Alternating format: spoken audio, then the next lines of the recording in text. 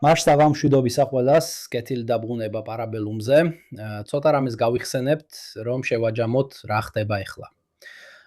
რა თქმა უნდა, გარდა პირიმის საკითხისა და კოსტიანტინივკა, მაგრამ უნდა გავაფართოვოთ ანალიზი და ვეცადოთ, რომ ბოლო თვეების აქტივობა ორივე მხარის სტრატეგიაში ჩავასვათ. დიდი მადლობა მისტერ რავალს, რომ ჩვენი საზოგადოების წევრი გახდა. მოკლე შეჯამება ბოლოს როცა ერთმანეთს შევხვდით, ზელენსკიმ ულტიმატუმი წაუყენა ლუკაშენკოს, ბელარუსის პრეზიდენტს, რომ გაეთიშა ანტენები, რომლებიც რუსულ დრონებს აძლევდა საშუალებას მიერთებულიყვნენ და შესაბამისად უკრაინის ტერიტორიაზე გადაფრენილიყვნენ ბელარუსთან საზღვრის ზონის გამოყენებით. როგორც ჩანს, პრაქტიკულად ისინი გამორთეს.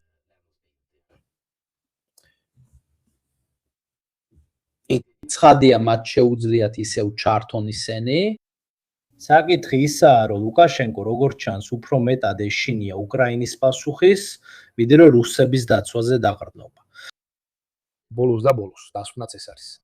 თუ უკრაინელები დაიწყებენ შეტევას, თვითონაც თქვა ერთ-ერთ გამოსვლაში, რომ ისინი ვერ შეძლებენ თავის დაცვას. ალბათ იმიტომ, რომ ის უყურებს იმას, რაც რუსეთში ხდება, მით უმეტეს, რომ იქ მანძილები მართლაც მინიმალური იქნებოდა. რაც ცნობილია, ლუკაშენკო შემდეგ პირადად შეხვდა პუტინს. პირადი, იმიტომ რომ შეხვედრა არ ჩაწერილა, ამიტომ არავინ იცის რაზე ისაუბრეს და ასე შემდეგ. ის, რა თქმა უნდა, მერკემ მდგომარეობაშია და წლებია ცდილობს, რომ არ ჩაითრია. ომში და ეს აშკარა. ამიტომ მეორე მხრივ უნდა ეცადოს რუსებს 100 ამოვნოს. იმიტომ რომ ისინი მის ქვეყანაში ხტავს და მას არ ყავს შეიარაღებული ძალები, რომლებიც რაიმეს გაკეთებას შეძლებენ. ამიტომ ის თუ მდგომარეობაშია, როცა ზელენსკი ეუბნება ან გამორთე ისინი და დაგესხმები, ან ჩამოგიყრი და მე თვითონ დაგიშლი, ის რას აკეთებს? ჯერ გამორთავს მათ. მერე კი მიდის პუტინთან და გარანტიებს ითხოვს. ალბათ უთხრეს, ნახე, ჩვენ არ შეგვიძლია კიდევ ერთი 1500 კილომეტრიანი ფრონტის დაცვა. საინტერესოა, რომ უკრაინელებმა როცა დაინახეს, რომ ბელარუსმა გამორთო ეს ანტენები, კიდევ ერთი ულტიმატუმი წაუყენეს. სხვათა შორის იყო უკრაინული დელეგაციაც, რომელიც როგორც ჩანს ბელარუსში იმყოფებოდა. ასე ამბობს ლუკაშენკო. სხვათა შორის ისინი იყენებდნენ ისეთ ტონსაც, როგორიცაა არ უნდა ვიჩხუბოთ, უნდა ვიფიქროთ სერიოზული ადამიანებივით და ასე შემდეგ. რამდენიმე სამხედრო ბლოგერი ადასტურებს, რომ ისინი გამორთეს. ანუ ეს დადასტურებები არც ბელარუსული და არც უკრაინული არ არის, უფრო მეტად რუსის სამხედრო ბლოგერებისგან მოდის, რომლებიც ამას ამბობენ. არა რომ რუსებს ამის გარეშე ვერ შეეძლოთ იმ ზონაში შეტევა, მაინც შეძლებდნენ, უბრალოდ ეს ნამდვილად ეხმარებოდათ, რომ უფრო ღრმად შესულიყვნენ. ამიტომ საინტერესო იქნება სწორედ ამის ნახვა. სხვა საკითხი ისაა, რომ ბელარუსებს მხოლოდ ეს ანტენები არ ჰქონდათ. სინამდვილეში ისინი სხვა უამრავ სამუშაოსაც ასრულებდნენ. საკმაოდ საიჭვები ესე რა. ანუ საუბარია ყველა ამ ხიდის და ასევე ჯარების შეკრების პუნქტების მოწყობაზე, რა თქმა უნდა ჯარებისთვის, როგორც ჩანს, უკრაინის საზღვართან. საინტერესოა, ყველა მნიშვნელოვანი ლოგისტიკური პუნქტი. ამიტომაც ამაზე ხშირად საუბრობენ ხანდახან. უკვე 2 წელია პერიოდულად ისევ ჩდება ეს ამბავი. რუსები ისევ ჩრდილოეთიდან აპირებენ უკრაინაში შეჭრას და ასე შემდეგ. მართალია არ არის რუსული ჯარების ისეთი თავმოყრან გადაადგილება, რაც ამას დაადასტურებდა, თუმცა ყოველ რამდენიმე თვეში ეს ამბავი ისევ ჩნდება. ასევე მართალია, რომ ბელარუსმა როგორც ჩანს დაიწყო მთელი რიგი ხიდებისა და ლოგისტიკური კვანძების აღდგენა და გაძლიერება, რომლებიც, ესე ვთქვათ, შეიძლება ამ ყველაფერს გამოადგეს. ეს საკმაოდ საიჭვოა რა. ასევე გზების შეერთების პუნქტებზე ინტეგრირებული საჰაერო დავდაცვის სისტემები და მსდავსი რაღაცები.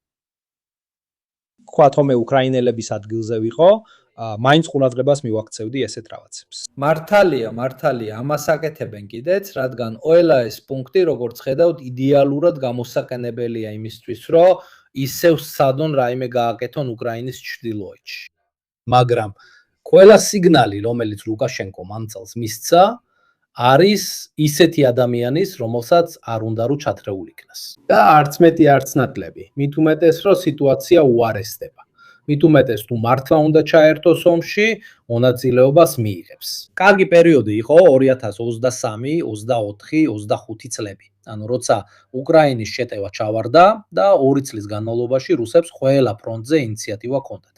თუ მაშინ არ იყო ყველაზე ხელსაყრელი მომენტი, რატო უნდა ჩაერთოს ახლა, როცა აშკარად სიტუაცია არც თუ ისე კარგია, ესე ვთქვათ. მეორე საკითხია, კი, საერთოდ არ მადარდებს ჩემი თავი. ჩემი რჩევები შეიძლება გამოადგებოდა 2023 წლის შეტევას თუ გავითვალისწინებთ. ეს ისა, რასაც მე ვამბობდი. ამიტომ ალბათ ისტორიამ უკვე აჩვენა, ვის ჰქონდა გარკვეულ საკითხებში მართალი. ასე რომ რჩევების თემას ასე მარტივად არ ჩავიქნევდი ხელს. და არა იმიტომ რომ მე ასე ვფიქრობდი, არამედ იმიტომ რომ მარჩემილეც და კიდევ ბევრი სხვაც ასე ფიქრობდა, ალბათ უკეთესი იქნებოდა არ დაგვიკეთებინა და დაცვაში ყოფილიყავით. სინამდვილეში მგონია რომ თავდაცვითი სტრატეგია ბევრად უფრო ეფექტურია. ნაკლები დანაკარგი, ნაკლები ტერიტორიის დაკარგვა, მეტი რუსული დანაკარგი და მართლაც უკრაინის სტრატეგია შეიცვალა. და როგორ შეიცვალა? ისინი აღარ ცდილობენ რუსებთან ბრძოლას და აღარ ცდილობენ უსარგებლო ტაქტიკური პოზიციების დაბრუნებას, როგორც ადრე აკეთებდნენ. სირსკი ასე იქცეოდა ბახმუტის ფლანგებზე, როცა არანაირი იმედი არ იყო მისი შემოვლის. და ფლანგავდა ადამიანებსა და რესურსებს, რომლებიც თავდაცვაში გამოადგებოდათ. ისინი ომის ტიპს ცვლიან. ასე რომ პრაქტიკულად რუსები ტაქტიკურ ბრძოლას აწარმოებენ. კოსტიანტინივკა. საბოლოოდ, თუნდაც კოსტიანტინივკა აიღონ, ეს მხოლოდ ადგილობრივი ოპერაციული წარმატება, ტაქტიკური. უკრაინელებმა ომის ტიპი სრულიად შეცვალეს. ისინი სტრატეგიულ ომს აწარმოებენ. რაც ხდება ყირიმში და ზოგადად რუსეთში თავდასხმებით, შემდეგ ვნახავთ რამდენიმე მცირე ჯგუფის ფლამინგოს, მაგრამ განსაკუთრებით დრონებით. ეს არის სტრატეგიული კამპანია. მიწაზე უკრაინელები ძალიან თავშეკავებულად მოქმედებენ. მხოლოდ ზოგიერთ რაიონში არიან უფრო პროაქტიულები, ამასაც ვნახავთ კამიანსკი და ასე შემდეგ. მაგრამ ზოგადად ისინი ინარჩუნებენ პოზიციებს, სანამ ატარებენ თავიანთ სტრატეგიულ კამპანიას. ფაქტორი, რომელიც უკრაინელებს პრაქტიკულად ყოველთვის აკლდათ, მათ არასდროს შეძლეს ამის მიღწევა. და დასავლეთის ნებართვა იმარსების გამოსაყენებლად ცოტა რამ სტორმ შედოუსთან ერთად, მაგრამ მაინც ის რაოდენობა, რაც მათ მიეცათ, არასდროს მისცემდა მათ საშუალებას გაეკეთებინათ ის, რაც ეხლა ხდება. ეს არ არის კამპანია, რომელიც პირდაპირ ასუსტებს რუსულ ძალებს. თუ არ ჩავთვლით დაახლოებით 500 სატვირთო მანქანასა და ავტოცისტერნას, რომლებიც ზაპოროჟიეს კორიდორში განადგურდა. ეს არის კამპანია, რომელიც მიზნად ისახავს დისკომფორტის გამოწვევას. რა თქმა უნდა არის ფულის დაკარგვა, რადგან თუ ნატო გადამამუშავებელ ქარხნებს დაარტყამენ, ნებისმიერ შემთხვევაში შენელდება პროცესები, მათ შორის სამხედრო ნაწილიც, მაგრამ რუსები როცა სათვავი ცოტა აქვთ, უბრალოდ გადაამისამართებენ იმას, რაც აქვთ სამხედრო საჭიროებებისთვის მოსახლეობის ხარჯზე. და სწორედ ეს მოსახლეობის ზარალია გადამწყვეტი ფაქტორი. იმიტომ რომ რუსებს ეს გამოუვიდათ, როცა ხალხი ციხეებიდან გამოიყვანეს. ვაგნერთან ერთად დიდი კომერციული შეთავაზებებით მაინც ახერხებდნენ ხალხის დაქირავებას. პირველი 300,000-ის გარდა 2022 წელს საგანგებო ვითარების გამო, რომ ომი რუსებზე არ დამძიმებულიყო.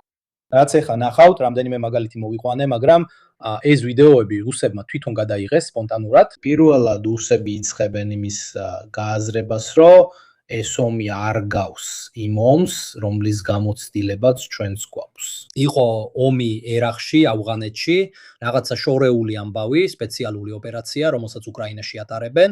იწყებენ ყოველდღიურ ცხოვრებაში ამ ომის სიმძიმის შეგრძნებას.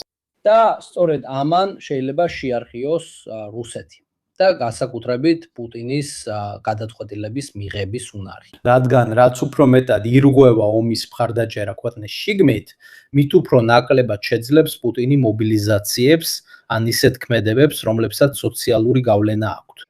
ამიტომაც რუსული ტაქტიკა ერთია, ხოლო უკრაინული სტრატეგია სრულიად განსხვავებული. რუსებმა შეამცირეს თავიანთი მოლოდინები დონბასის საკითხზე. დიახ, ასე რომ გარკვეულწილად ეს თითქმის ისეთი შეტევაა, რომელიც უფრო შიდა მხარდაჭერის შემცირებას ემსახურება, ვიდრე პირდაპირ სამხედრო ზემოქმედებას. და ეს საინტერესო მიდგომაა, რადგან თუ გახსოვთ, 7-8-9 თვის წინ კაპიტინთან ერთად პირდაპირ ეთერში ვისაუბრეთ სტრატეგიულ მულიფიკაციაზე. და ადგილზე არსებული ვითარების თვალსაზრისით. უკრაინელებმა ეს მეთოდი აირჩიეს, ანუ მათ შეთხვით ეს რაღაცების დაბრუნების მცდელობა და უფრო რუსების შეჩერებაზე გადაერთნა. საკუთარი მიზნების მიღწევაზე, როგორც ტაქტიკურ, ასევე სტრატეგიულ დონეზე. ეხლა ნახავთ რა ხდება ყირიმში. ეს წერტილებს უნდა დაუკავშიროთ. თუ გახსოვთ, არც ისე დიდი ხნის წინ, ალბათ 1 თვე და ნახევარი, 2 თვეა დასული, პირდაპირ ეთერი მქონდა, რომელსაც ერქვა აცეკარე ლორსო. მაგრამ აცეკარე ლორსო პირდაპირ ეთერი, რომელიც ჩავატარე, სადაც ხვებოდი ზოგიერთი სტატიის მეშვეობით, რომლებიც წყაროებში კიდევ ერთხელ ჩამითავსებია, ხვებოდი 8-9 თვე უკრაინული სისტემატური მუშაობისა, რუსული საერო თავდაცვისა და ადრეული გაფრთხილების შესაძლებლობების შემცირების. მეტნაკლებად ხერსონის, ზაპორიჟიასა და ყირიმის კორიდორში. ეს იყო 2 თვის წინ. და ეს იყო საქმე, რომელიც მაინც გრძელდებოდა 7-8 თვე. როცა ეს საქმე დასრულდა, დაიწყო ეს კამპანია ყირიმზე. ანუ ხიდები, ენერგეტიკული სადგურები, ქსელები, ბენზინის საწყობები და ასე შემდეგ. თუ კარგად დავფიქრდებით, რუსები ამ მომენტში ყირიმს არ იყენებდნენ როგორც ლოგისტიკურ ბაზას, არ ვიცი რა ტიპის შეტევებისთვის. რეალურად ყირიმიდან თითქმის არაფერი გამოდის უკრაინელების დასარტყმელად ხერსონისკენ ან ზაპორიჟიას ფრონტზე. ეს არც ყველაზე მოკლე ლოგისტიკური გზაა. თუ მინდა კამიანსკეს ჯარები მოამარაგო, ყირიმის გავლით არ გავივრი. მივდივარ მარიუპოლით. ასე უფრო სწრაფია. მაშ რატომ გადაწყვიტეს უკრაინელებმა? აქ იზოლაცია მოაწყონ. არსებობს 4-5 მნიშვნელოვანი ფაქტორი. პირველი, სიახლოვე. მას შემდეგ, რაც უკრაინელებმა სისტემურად დაიწყეს რუსული საჰაერო თავდაცვის სისტემების, ლოგისტიკური მარშრუტების და სხვა ობიექტების განადგურება, შემთხვევით კი არა, მათ დაიწყეს თვითმფრინავების გამოყენებაც, რომლებიც ასხამენ ბომბებს. გარდა ამისა, ამ დღეებში უკრაინელებმა დაკარგეს 2 მიგი 29, შესაძლოა 3. შემთხვევით კი არა, შემდეგ ვნახავთ, სად არიან განთავსებული ეს თვითმფრინავები და აღმოვაჩენთ, რომ ერთადერთი ადგილი, სადაც მათ შეუძლიათ საჰაერო დაბომბვა, თუ დააკვირდებით, დაახლოებით ხერსონის, ყირიმის კორიდორია და ასე შემდეგ. იმიტომ რომ უკრაინელები ყირიმის ოკუპაციით არ იწყებენ. ეს არ არის, ეს ამ ეტაპზე წარმოუდგენელია, მაგრამ ისინი ლოგისტიკურად აცილებენ ყირიმს. გარდა იმისა, რომ რუსული სამხედრო შესაძლებლობების დაქვეითების თვალსაზრისით, ისინი ყირიმს ფაქტობრივად აცილებენ საცხოვრებლობის თვალსაზრისითაც, არც მეტი, არც ნაკლები. რადგან თუ ანადგურებ ელექტროქსელებს, საწვავის საწყობებს, რადარის სისტემებს და ასე შემდეგ, ამას მხოლოდ სამხედრო თვალსაზრისით არ აკეთებ. შენ მას ლოგისტიკურად იზოლაციაში აქცევ და საცხოვრებლად უვარგისხდი. შემდეგ ნახავთ უამრავი ვიდეოა რუსების შესახებ, რომლებიც რიგში დგანან ქერჩის ხიდზე, 11 კილომეტრიანი რიგია. რა თქმა უნდა, ეს არ არის უკუსვლა, როგორც ზოგიერთი ამბობს, X-ზე, იქ მილიონობით ადამიანი ცხოვრობს. ისე არ არის, რომ 11 კილომეტრი მანქანები ესე ძალიან წარმომადგენლობითია. ეს მაინც დაახლოებით 50-დან 80,000-მდე ადამიანია. ბოლო 2 კვირაში. ის ფაქტი, რომ ყირიმის დასაბრუნებლად ძუპასო ალესანდრო ფიზიკურად არ გჭირდება მისი ოკუპაცია. თუ შენ მას საცხოვრებლად უარგის გახდი, არ არის საჭირო ფეხის დადგმა ადგილზე. ან შიგნით რაღაც ხდება, ან უბრალოდ სიტუაცია აუტანელი ხდება. ეს არ არის პირველი შემთხვევა, როცა უკრაინელებს რაღაცის აღება ტექნიკურად შტურმის გარეშე შეუძლიათ. ხერსონი გახსოვთ? როცა სუროვიკინმა უკან დახევა გააკეთა მეორე მხარეს. უკრაინელებმა ხერსონზე შეტევა არ განახორციელეს, არ გადააქციეს იგი ურბანულ ბრძოლად, რაც ძალიან ძვირი დაუჯდებოდა როგორც მათ ასევე რუსებს და ქალაქსაც. მათ ქალაქი იზოლაციაში მოაქციეს. თუ გახსოვთ, ამის დასამტკიცებლად ძალიან ძველი ლაივები უნდა მოწებნოთ. დავიწყოთ ხერსონიდან გაქცევით, სადაც წინასწარმეტყველე უკან დახევა, როცა ყველა ხიდი დაანგრიეს. ასე პონტონები, რომლებიც რუსებმა ააშენეს. დავინახავთ, რომ მსგავსი რამ ახლაც ხდება. არ არის შემთხვევითი, რომ ზოგიერთი ხიდი, რომელიც უკრაინელებმა დააზიანეს, განსაკუთრებით ჩონხარში, ისტრიუკოვში და ასე შემდეგ, რუსებმა კიდევ ერთხელ სცადეს პონტონების შექმნა ხიდის გვერდით და ესეც დააზიანეს. იქნება ძალიან მსგავსი სიტუაცია, როგორიც იყო ხერსონის ტერასის იზოლაცია. რა თქმა უნდა, ბევრად უფრო მასშტაბურად, რადგან უკრაინის შესაძლებლობები მნიშვნელოვნად გაუმჯობესდა და იმ დროს თითქმის მთელი უკრაინული მოქმედება ხერსონის პონტონებისა და ხიდის განადგურების მიმართულებით დამოკიდებული იყო ჰიმარსის მოქმედებებზე. და თუ გახსოვთ, ჰიმარსის საბრძოლო მასალის უზარმაზარი რაოდენობა გამოიყენეს ამ მიზნისთვის. მათ შეძლეს ამის მიღწევა, მაგრამ ეს გრძელვადიან პერსპექტივაში არ იყო მდგრადი. დაახსოვთ, იყვნენ ადამიანები, რომლებიც ჩემს წინააღმდეგ ვიდეოებსაც კი აკეთებდნენ, როცა ვთქვი, რომ ჰიმარსი პლაცებოს ეფექტი იყო, რადგან ამერიკულ შესყიდვებს გადავხედე. და ნახე, რამდენ საწარმოებდნენ წელიწადში, შევაფასე, რამდენის მოხმარება შეეძლოთ უკრაინელებს და დამოვიდა უზარმაზარი არამდგრადი რიცხვი. და მართლაც მას შემდეგ ისინი გამოიყენეს მხოლოდ ღირებულ სამიზნეებზე, ბევრად უფრიათად. უბრალოდ ეს სტრატეგია არ იყო მდგრადი, როგორც მე მივხვდი, ასევე მიხვდნენ უკრაინელებიც. და ამიტომ ახლა ისინი დაახლოებით იგივე სტრატეგიას იმეორებენ, მაგრამ ამჯერად რაღაც უფრო მდგრადით, ანუ სახში წარმოებული დრონებით. და განსხვავებით ჰაიმარსებისგან, რომლებიც ამერიკის ხელმისაწვდომობაზე და ამერიკულ მომარაგებაზე იყო დამოკიდებული, ახლა ეს შეიძლება ბევრად უფრო შორს წავიდეს. ამიტომ ისტორია საკმაოდ იცვლება. ამ ხრივ განხორციელებადობა მუდმივობის საკითხია. უკრაინელების ყველაზე დიდი პრობლემა 7-8 თვის წინაც კი, შეგიძლიათ ნახოთ მოკლე ვიდეოები, რასაც მოკლეებში ვამბობდი, იყო ნახავთ უკრაინული კამპანიები შედეგს მოიტანს თუ არა, რადგან ეს დამოკიდებულია მუდმივობაზე, რომლითაც შეძლებენ მათ განხორციელებას. და იდროს, ანუ ბოლო 1 წლისა და ნახევრის განმავლობაში, 1 ან 2 თვის განმავლობაში უტევდნენ, შემდეგ კი იყო პაუზის პერიოდი. ეხლა კი ეს გადაიქცა მუდმივ კამპანიად. მუდმივი კამპანია, რომელიც რუსეთს არაერთ პრობლემას უქმნის. და ამას ცოტა აქვს საერთო, როგორც ნახავთ, იმასთან რაც ხდება კოსტიანტინივკაში, პირდაპირ კუპიანსკში ან ადგილზე. ეს ისეა, თითქოს ომი ორ სრულიად განსხვავებულ დონეზე მიმდინარეობს, ცივ ფრონტებზე. პიეტროვედას კითხვაზე პასუხად ამასაც მივახცევთ. რატო განიცდიან რუსები ამ ეტაპზე ასე ძლიერად? ეს ნაწილობრივ იმითაა გამოწვეული, რომ უკრაინელებს აქვს წარმოება, რომელიც ნაწილობრივ ევროპაშია ან სხვადასხვა ადგილასაა განაწილებული, მათ შორის ჩინურიც.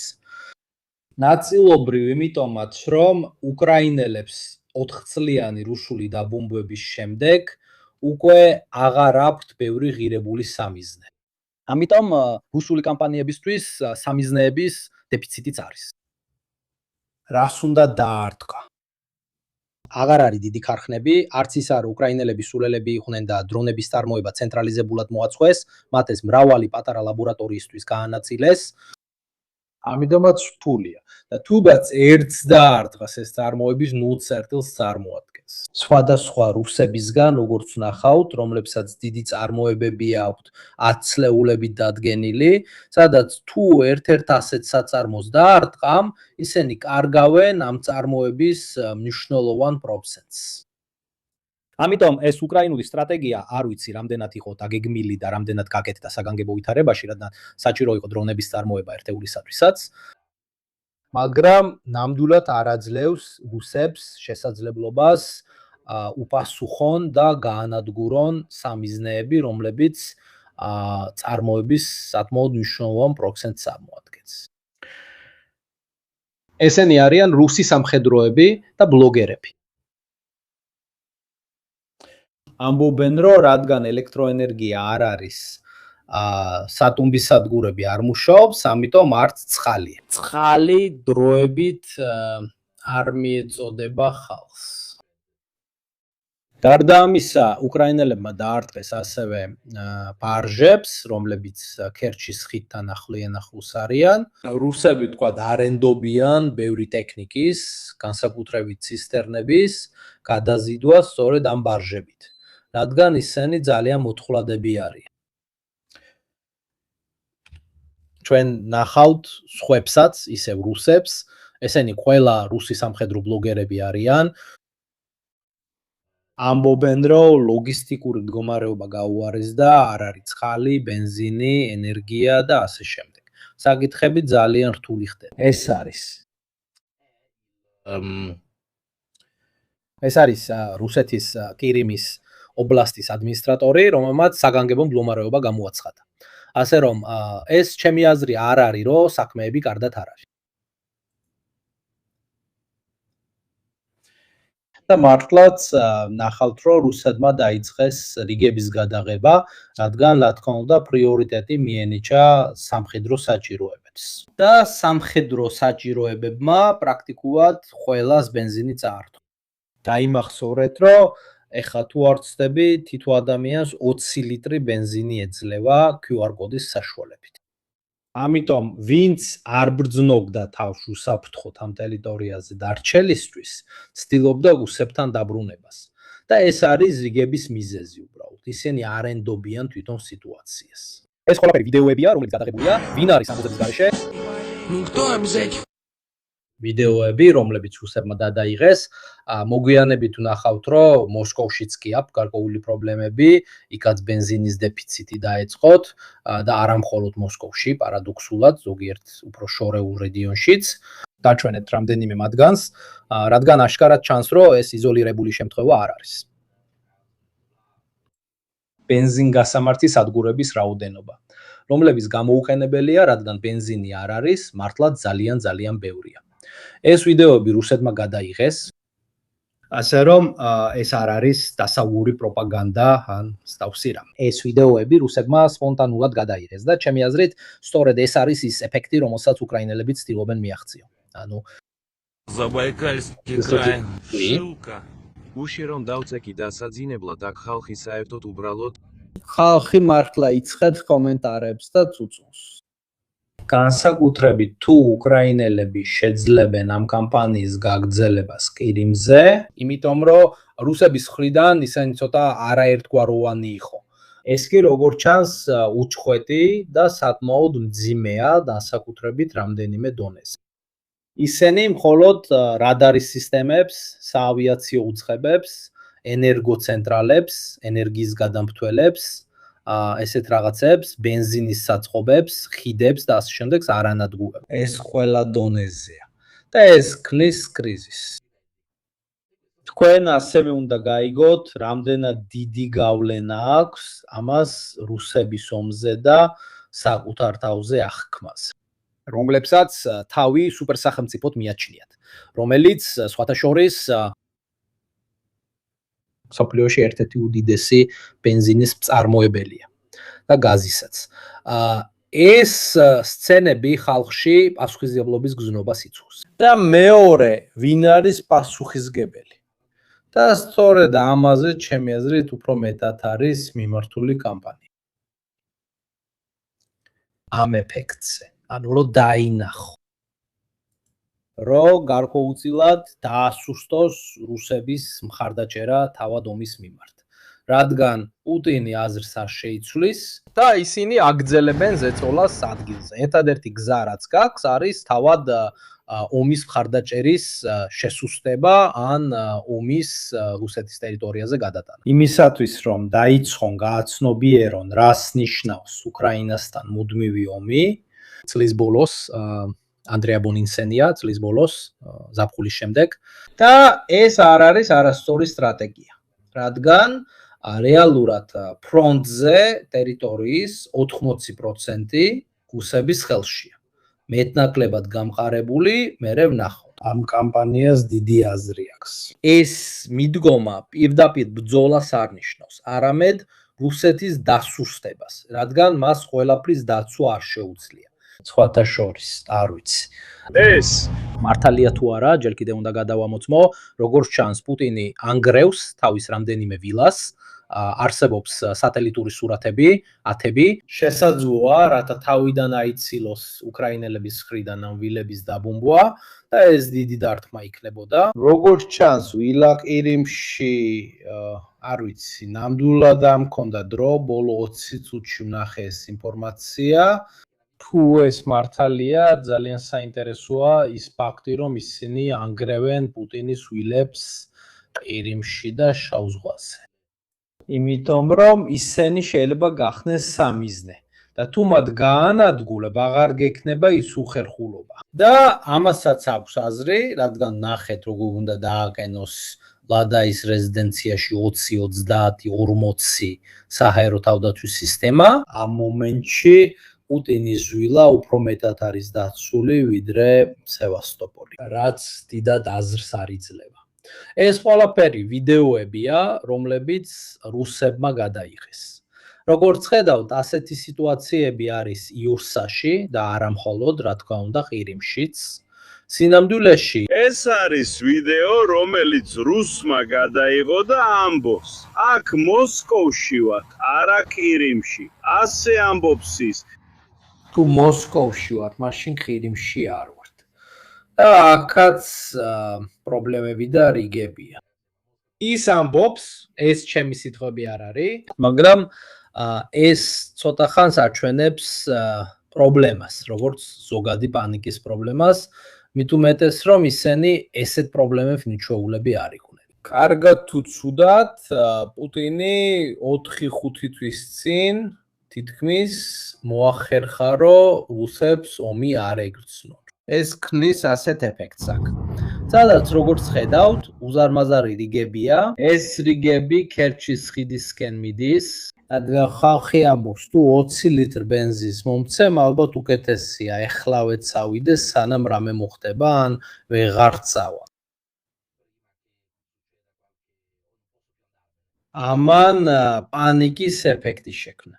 მეორე სტრატეგია ისა, რაც წინა ლაივშიც თქვით, ანუ თუ პუტინი უკრაინულ თავდასხმას უპასუხებს არა მხოლოდ ყირიმში, არამედ მოსკოვშიც და ასე შემდეგ, სასარგებლოა რომ რუსეთის პასუხი, როგორი ძალადობრივიც არ უნდა იყოს, ეხლა მოხდეს არაზამთარში, რადგან ეხლა უკრაინელები უფრო შეძლებენ მის მართვას.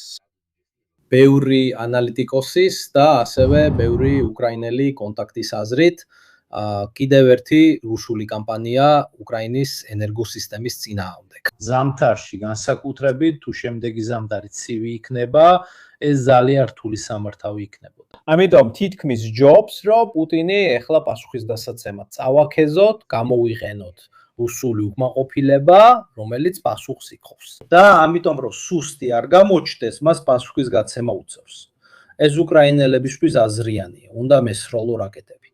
გავაკეთოთ ისე, რომ ეხლა არა იანოში. და პარადოქსულად, რადგან მე გიქმნის სიტუაციებს, სადაც იძულებული ხარ აჩვენო ძალა და შენი ხალხი ბრაზდება, ამიტომ გიბიძგებენ, რომ უპასუხო, ეს მათთვის ამ ეტაპზე მუშაობს. საინტერესო ის არის, რომ მაშინ როცა რუსული ხელისუფლება ამბობს, არ გადაიღოთ ვიდეოები და ასე შემდეგ, ჩვენ ვამჩნევთ, რომ ბევრი რუსი მოქალაქე თვითონ ირებს ვიდეოებს, როგორიც ესა. ამბობს, რომ ბენზინის ნაკლებობის გამო საწარმოების გაჩერდა არის დიდი შემცირება ადამიანების რაოდენობის, რადგან ჩანს, რომ ისინი მიდიან. და ის ამბობს, რა უნდა. გააგათოს ამ ხალხმა. იმიტომ არის პრობლემა, რომ რადგანაც ისინი ხელფასიდან ხელფასამდე ცხოვრობენ, თუ მოულოდნელად ბენზინი არ გაფრო სამსახურში წახვიდე, ან შენი სამუშაო ადგილი არ მუშაობს, ეს ხალხი რჩება ხელფასის გარეშე. ამიტომ პრობლემები ყოველთვის უნდა განვიხილოთ, ესე ვთქვათ, მრავალფენიანად. ეს მხოლოდ ბენზინის არქონა არ არის ეს პრობლემა.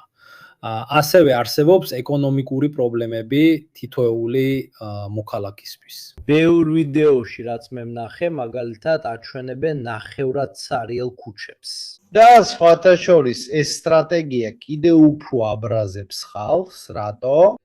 იმიტომ რომ ერთადერთი ვინც მანქანებით დადის, ან სამხედროები არიან, ან მოხელეები. და უკვე ვნახე რამდენიმე ვიდეო, გარდა რამდენიმე ჭხუბისა ბენზინგასამართ სადგურებზე, უკვე ვნახე ვიდეოები, სადაც რუსები იწყებენ ლაპარაკს. ნახე ის, მაგრამ მოხელეს ბენზინი აქვს. და ეს ყველაფერი დუხს იწყებენ პრობლემების შექმნას. ასეთი ტიპის მრჩევლობა აქვს. ეს ვიდეოები რუსების მიერ სპონტანურად არის გადაღებული. ძალიან ბევრს იპოვით X-ზე და ყველა დაახლოებით ერთსა და იმავეს ამბობს. პირველი რომ ეშინიათ, მეორე როგორ მივედით ამ სიტუაციამდე და მესამე რა უნდა გავაკეთოთ. და ჩემი აზრით ეს ზუსტად ის ადგილია, სადაც ისინი სუგთ. სადაც უკრაინელებს სუგთ ისინი იყვნენ. ისინი ზუსტად ამ სიტუაციაში სურთ, აქ სადაც თვითონ ხალხი ამბობს საკმარისია ამომი. რადგან მე ვფიქრობ, რომ ეს ხალხი მზად არის აიტანოს 1 ან 2 წელი ესეთი თავდასხმები და მათი საზოგადოების დეგრადაცია. როგორც ხედავ, ყველაფერი გაჩერებულია, არც ერთი მანქანა არ მოძრაობს. ეს არ არის სუბტიტრირებული ვიდეო, მაგრამ ძირითადად ქალბატონი ამბობს, როგორ მივედით ამ მდგომარეობამდე. არც ერთი მანქანა არ მოძრაობს, არ არის ბენზინი, არ არის ელექტროენერგია, არ არის ინტერნეტი, არ არის სამუშაო, რადგან არავინ მოძრაობს, არავის არაფერს გაკეთება არ შეუძლია. ომის ზემოქმედება, რომელიც რუსეთში აღწევს, ამ შემთხვევაში უფრო მეტად ქრიმში და ცოტათი მოსკოვშიც უკვე იწყებს შედეგების მოტანას.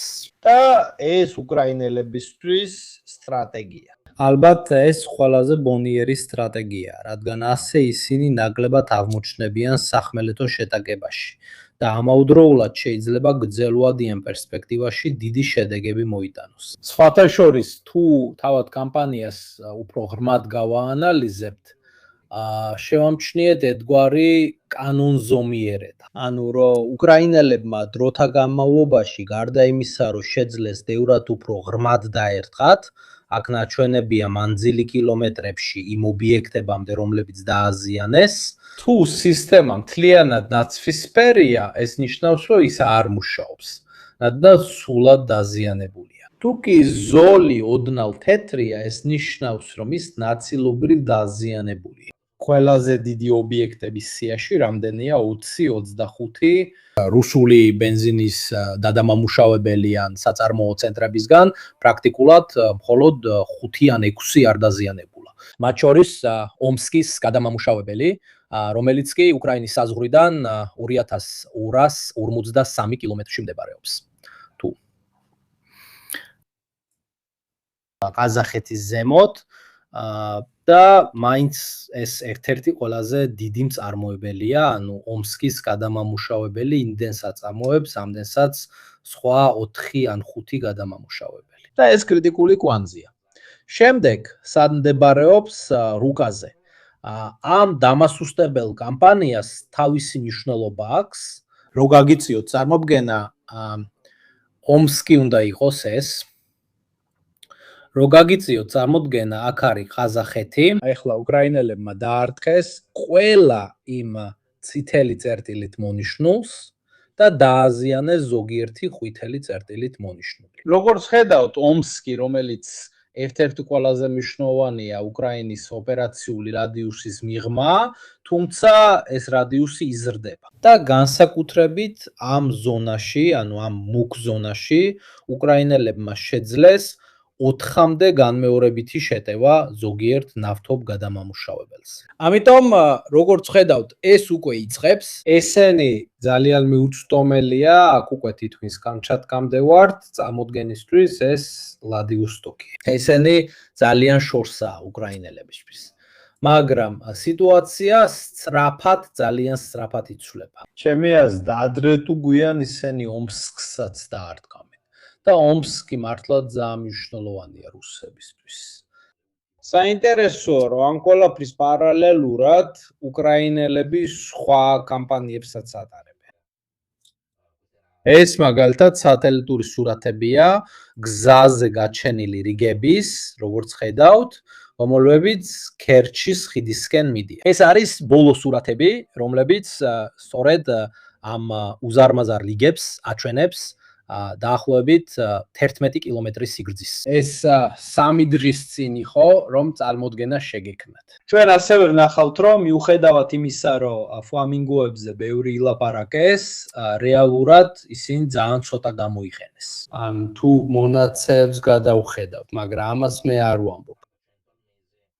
ამას თავად უკრაინელი დეპუტატებიც ამბობენ. ნამდვილად ტრიუმფალური ტონით გამოაცხადეს უკრაინელებმა ფლამინგოები. უკვე რა იყო? გასული წლის აგვისტო, სექტემბერი, ოქტომბერი აცხადებდნენ 100 რაკეტის წარმოებას. თვეში 80-დან 100-მდე, მოდი დავთვალოთ. გასული წლის აგვისტოდან დღემდე მათ უნდა კონდეთ 1200-იც. რეალურად მათი რაოდენობა დაბალია, დათვლილია. თუმცა შეიმჩნევა ცვლილებები, ჩემი აზრით, ძალიან საინტერესო ცვლილებები. რადგან თუ დავაკვირდებით განსაკუთრებით ბოლო მოქმედებებში, თავიდან აშკარა იყო, რომ მათი მართვის სისტემა საუკეთესო არ იყო. რუსების მხრიდან ჩაჭრის მაჩვენებელი ძალიან მაღალი იყო, ფაქტობრივად ძალიან ცოტა დარტყმა ფიქსირდებოდა. ეს მე არ ვამბობ, ეს არის 9 ივნისის სტატია, სადაც ინტერვიუში უკრაინელი პარლამენტარი ამბობს.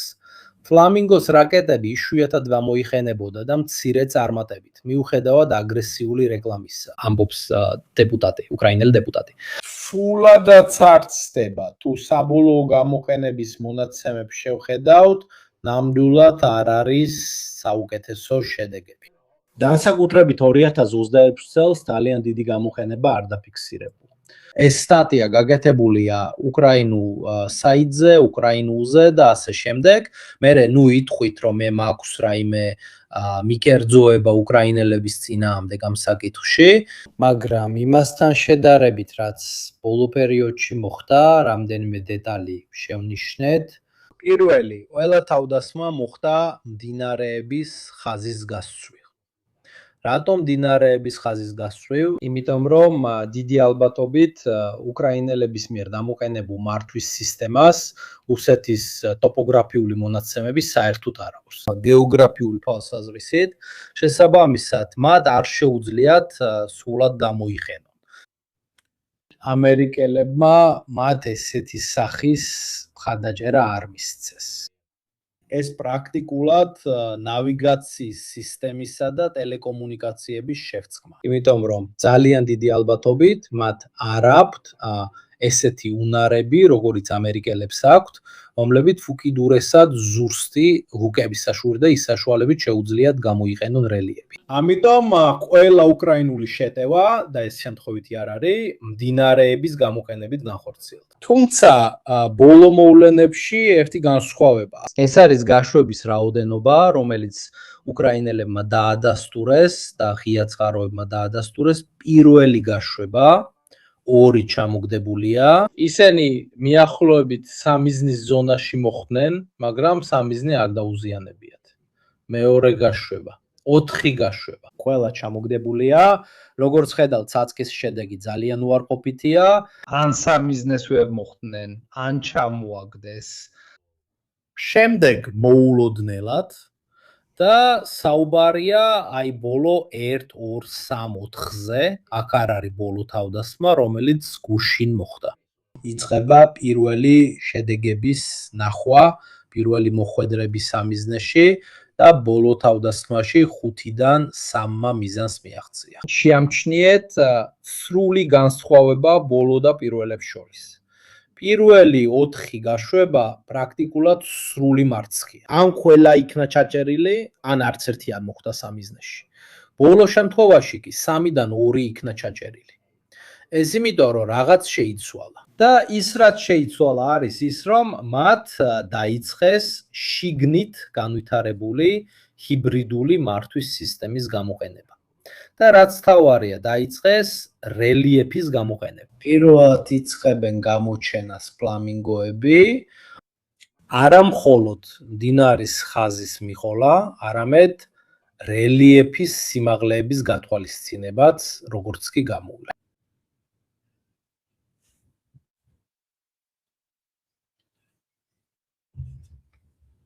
ერთი რამ არის კამპანიები დრონებით და სულ სხვა, როცა უკრაინელები საკუთარ რაკეტებს ინტეგრირებენ. ეს ვერსია ფლამინგოსი არ არის ის, რაც თქვენ ნახეთ დასული წლის აგვისტოში. გითხარით, რომ ის რაც მათ აჩვენეს, ცოტა უხარისხო იყო. ეს არის განახლებული ვერსიები, რადგან ის იყო ექსპერიმენტული მოდელი. გარდა ამისა, ეს არის FP5. მუშაობენ FP7-ზე, რომელიც უნდა იყოს კიდევ უფრო უკეთესი, უფრო სწრაფი, უფრო დიდი მოქმედების დიაპაზონით, უფრო დიდი გამანადგურებელი პოტენციალით. სინამდვილეში ისინი იყვნენ. ეს მე არ ვამბობ, ბოდიში ეუჯენიო, შეხედე ანალიტიკურ შეფასებებს. ანუ ეს არ არის სუბიექტური მოსაზრება. ეს არის მონაცემები, გაითვალისწინეთ, რომ ეს მონაცემებია დასული წლის ოქტომბრიდან, ნოემბრიდან, დაახლოებით 3 თვის წინამდე. ისინი არაფრად ვარგოდა, მაგრამ მე ვთქვი, ყურადღება, უყურებთ ფლამინგოებს იმით, რაც აგვისტოში დაჩვენეს. და ასე შემდეგ, რადგან ეს უფრო სარეკლამო ხრიკია. ისინი ექსპერიმენტალურები არიან. შეხედეთ იმას, რასაც ზემოთ და უკან ააშენებენ, უკვე მიხვდნენ, რომ ის მოდელები დიდად არაფერს წარმოადგენენ. და მახასიათებლები საკმაოდ იცვლება. და გაითვალისწინეთ, რომ რიცხვები ძალიან დაბალია, წარმოება გადაჭარბებულად აქვს გამოცხადებული, რადგან მიუხედავად იმისა, რომ წარმადობა აშკარად გაუმჯობესებულია, რიცხვები მაინც დაბალია, ძალიან დაბალი. ვიდეოების გარდა, თუ დავაკვირდებით, კიდე ერთ საინტერესო რამ არის, სამა, რომლებიც სატელიტური გამოსახულებებიდან ჩანს, ზუსტად 3 საწყობს დაარტყა. ასე რომ 3 გავიდა, 2 ჩამოაგდეს, ეს 3 ზუსტად მიზანში მოხვდა. ეს ძალიან განსხვავდება იმისგან, რაც ადრე ხდებოდა, როცა ისინი დაახლოებით მხოლოდ იმ ტერიტორიაზე ხდებოდნენ. და ყველაზე მნიშვნელოვანი ისაა, რომ მათ მიხვდნენ როგორც რელიეფის, ასევე მდინარის ხაზს. ასე რომ მოძრაობაშიც არის ევოლუცია, მათ შორის waypoint-ებშიც. და მათ დაიწყეს საკმაოდ ხრმად დარტყმა. ეს არის 500 კილომეტრი, რა თქმა უნდა, ეს არ არის ის 2000 კილომეტრი, რაც მათ ისტორიის დასაწყისში დანაცხადეს. მაგრამ ეს მნიშვნელოვანი ქარხანა და რა ქარხანაა ეს? ეს არის ტიტან ბარიკადი. საწარმოო თავდაცვითი ობიექტი ნომერი 27, რას აწარმოებს? Iskander M ტიპის ბალისტიკური რაკეტები და სხვა მნიშვნელოვანი კომპონენტები რუსეთის სარაკეტო კამპანიებისთვის. და როგორც ხედავთ, განსხვავებით უკრაინელებისგან, რომლებიც აწარმოებენ ფლამინგოებს, ბევრად უფრო პატარა დრონებს, ესენი დიდი მასშტაბური ობიექტებია. ასე რომ სტრატეგიული კამპანიის წარმართვაში განსხვავება დასაწყისში ის იყო, რომ უკრაინელებს არაფერი ჰქონდათ, ახლა კი უკვე იწყებენ რაღაცის ქონას. რუსებისთვის რთულია მთელი რუსეთის მასშტაბით ამ მასშტაბური ობიექტების დაცვა. და განსაკუთრებით მაშინ, როცა უკრაინელებს რამეს დაზიანება დამოздით, ისინი უზარმაზარ ზიანს აყენებენ. ზუსტად კონცენტრაციის გამო, კონცენტრაციას აზრი აქვს, ლოგისტიკურად უფრო მარტივია წარმოება მასშტაბურ სტრუქტურებში, სადაც მომარაგების გზა ძალიან მოკლეა. პრობლემა ისაა, რომ თუ მოწინააღმდეგე იწყებს შენზე დარქმის უნარის განვითარებას, თუ ასეთ ქარხანაში სამსაწყობს დააზიანებ, პრაქტიკულად მთელ წარმოებას აჩერებ. ეს პრობლემა ამერიკელებსაც აქვთ, სიმართლე რო ვთქვათ, და მათაც აქვთ დიდი აგლომერაციები, რომლებიც თუ დაზიანდათ, წარმოების აღდგენა ძალიან გაუჭირდებათ. ამიტომ მათი გადაჭერა ადვილი არ არის, განსაკუთრებით თუ ისინი კონკრეტულ მარშრუტს მიხვებიან, ან ისეთ მარშრუტს, რომელიც მხოლოდ მდინარის გაყოლება არ არის. ეს ასევე მარშრუტია, რომელიც მან აირიდა. და აქ ალბათ ბევრი რამ არის ჩართული. ნაშუაშია კვლევა, დაზვერვა, ასევე ადრეული გაფრთხილების რადარული სისტემები. ესენი დაახლოებით ოსინთის მონაცემებით. ეს არის ის, რაც ზოგიერთმა ოსინტერმა შეძლო აღედგინა. 5 ფლამინგოს მოგზაურობა, რომლებიც წავიდნენ და დაარტყეს ამ რუსულ სარაკეტო საწარმოო ცენტრს. როგორც ხედავთ, ისინი მიხვებიან მდინარეს, სანამ შეუძლიათ, იმიტომ რომ მდინარე თუ მოახერხებ, მარცხნივ და მარჯვნივ გაძლევს საშუალებას დაიმალო და შემდეგ მოულოდნელად გამყვა. მდინარე ამას შეძლებს. მარტივია და აზრიანია, რადგან ისინი თითქმის იმავე გზას გადიან, რაც მდინარეზე გაიარეს. ისინი შიგნით შევიდნენ, გამოიხენეს ხაზი, რომ შეძლონ რაღაც ძალიან განსხვავებულის მიღწევა. მოახერხებდნენ ხელახლა დაბრუნებას. ჩვეულებრივ ისინი მდინარის გამოყენებიდან დამოდიოდნენ და სამიზნე იქვე ახლოს იყო, ასე შორს წასვლა არ უწევდათ. და ეს უკვე სხვა რამეა, ეს აჩვენებს, რომ ისინი სხვადასხვა მიდგომებს აერთიანებენ. ეს ევოლუცია რუსებისთვის პრობლემატური ხდება, რადგან მათ უწევთ თავდასხმების მართვა თითქმის ყველგან. და ნახავთ, წყაროებში პრაქტიკულად დაგიტოვეთ იმ მოვლენების რეკონსტრუქციაც, რაც მოხდა. ვოლგოგრადზე ეს თავდასხმა ახლახანს მოხდა, ეს რამდენიმე დღის წინ იყო, თუმცა მათ ასევე დაარტყეს სატელიტური კომუნიკაციის ცენტრსაც. შეიძლება ამაზე ცოტა ილაპარაკეს, მაგრამ იმ ყველაფრის ფონზე, რაც მოსკოვის გარშემო ხდებოდა, იმ აურზაუში, მიძარ ვიჟონის სატელიტური სურათები ადასტურებს, რომ აშენებულია 2 სატელიტური კომუნიკაციის ცენტრი. რუსებისთვის ერთი ესეთია. და მეორე დუბნაშია, თუმცა გეტყვით ვიდეოები, რომლებიც გაავრცელეს, ძალიან საეჭვოა. სატელიტური სურათები, ასე ვთქვათ, ბევრად მეც გვიყვება. გაგიჩნდეთ წარმოდგენა, ეს ვლადიმირის კოსმოსური კომუნიკაციების ცენტრის სატელიტური სურათებია და შესაძლებელია დაზიანებების დადასტურება. ნახეთ, სამდებარეობს ის დამცავი რგოლის გარეთაა, როგორც ხედავთ, ხოლო მეორე კი დუბნას ცენტრი. დუბნაში, სადაც მსგავსი ფოტოები ვრცელდებოდა. აჩვენებენ ამ ხანძარს და ასე შემდეგ, ძალიან საეჭვო ფოტოებია. რადგან თუ დავაკვირდებით ობიექტის სატელიტურ ფოტოებს,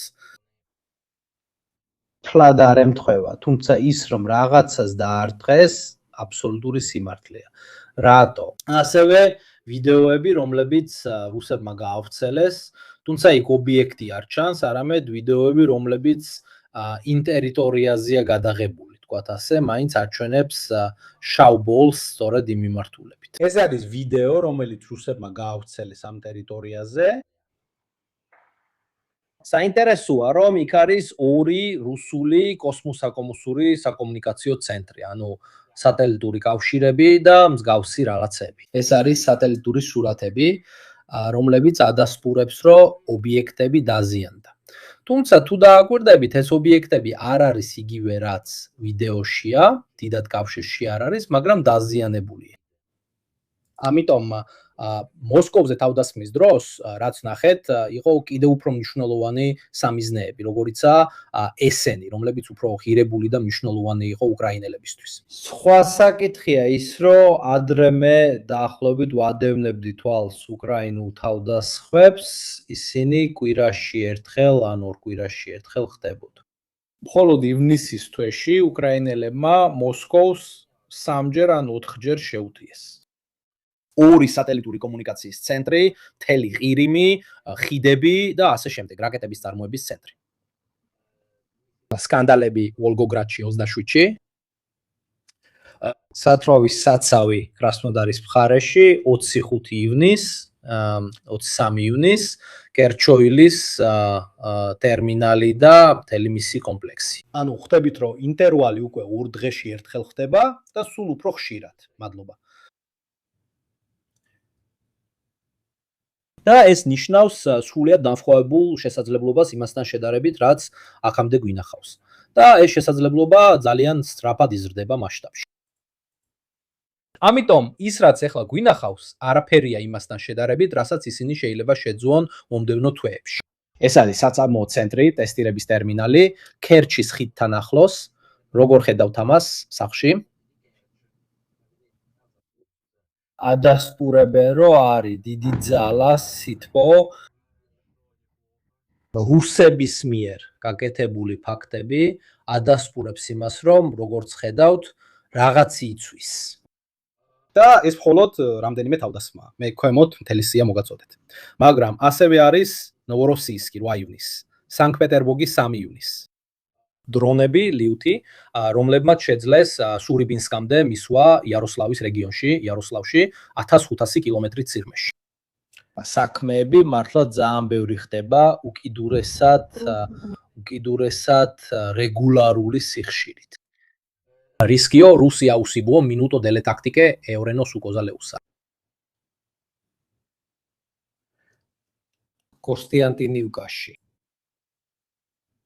ესკალაცია არის რაღაცა, რაც უსებს აწყობთ ამ ხრივ ტაქტიკური ბომბები, შეიძლება უბრალოდ დანარჩენი დასავლური ქვეყნები ჩართოს.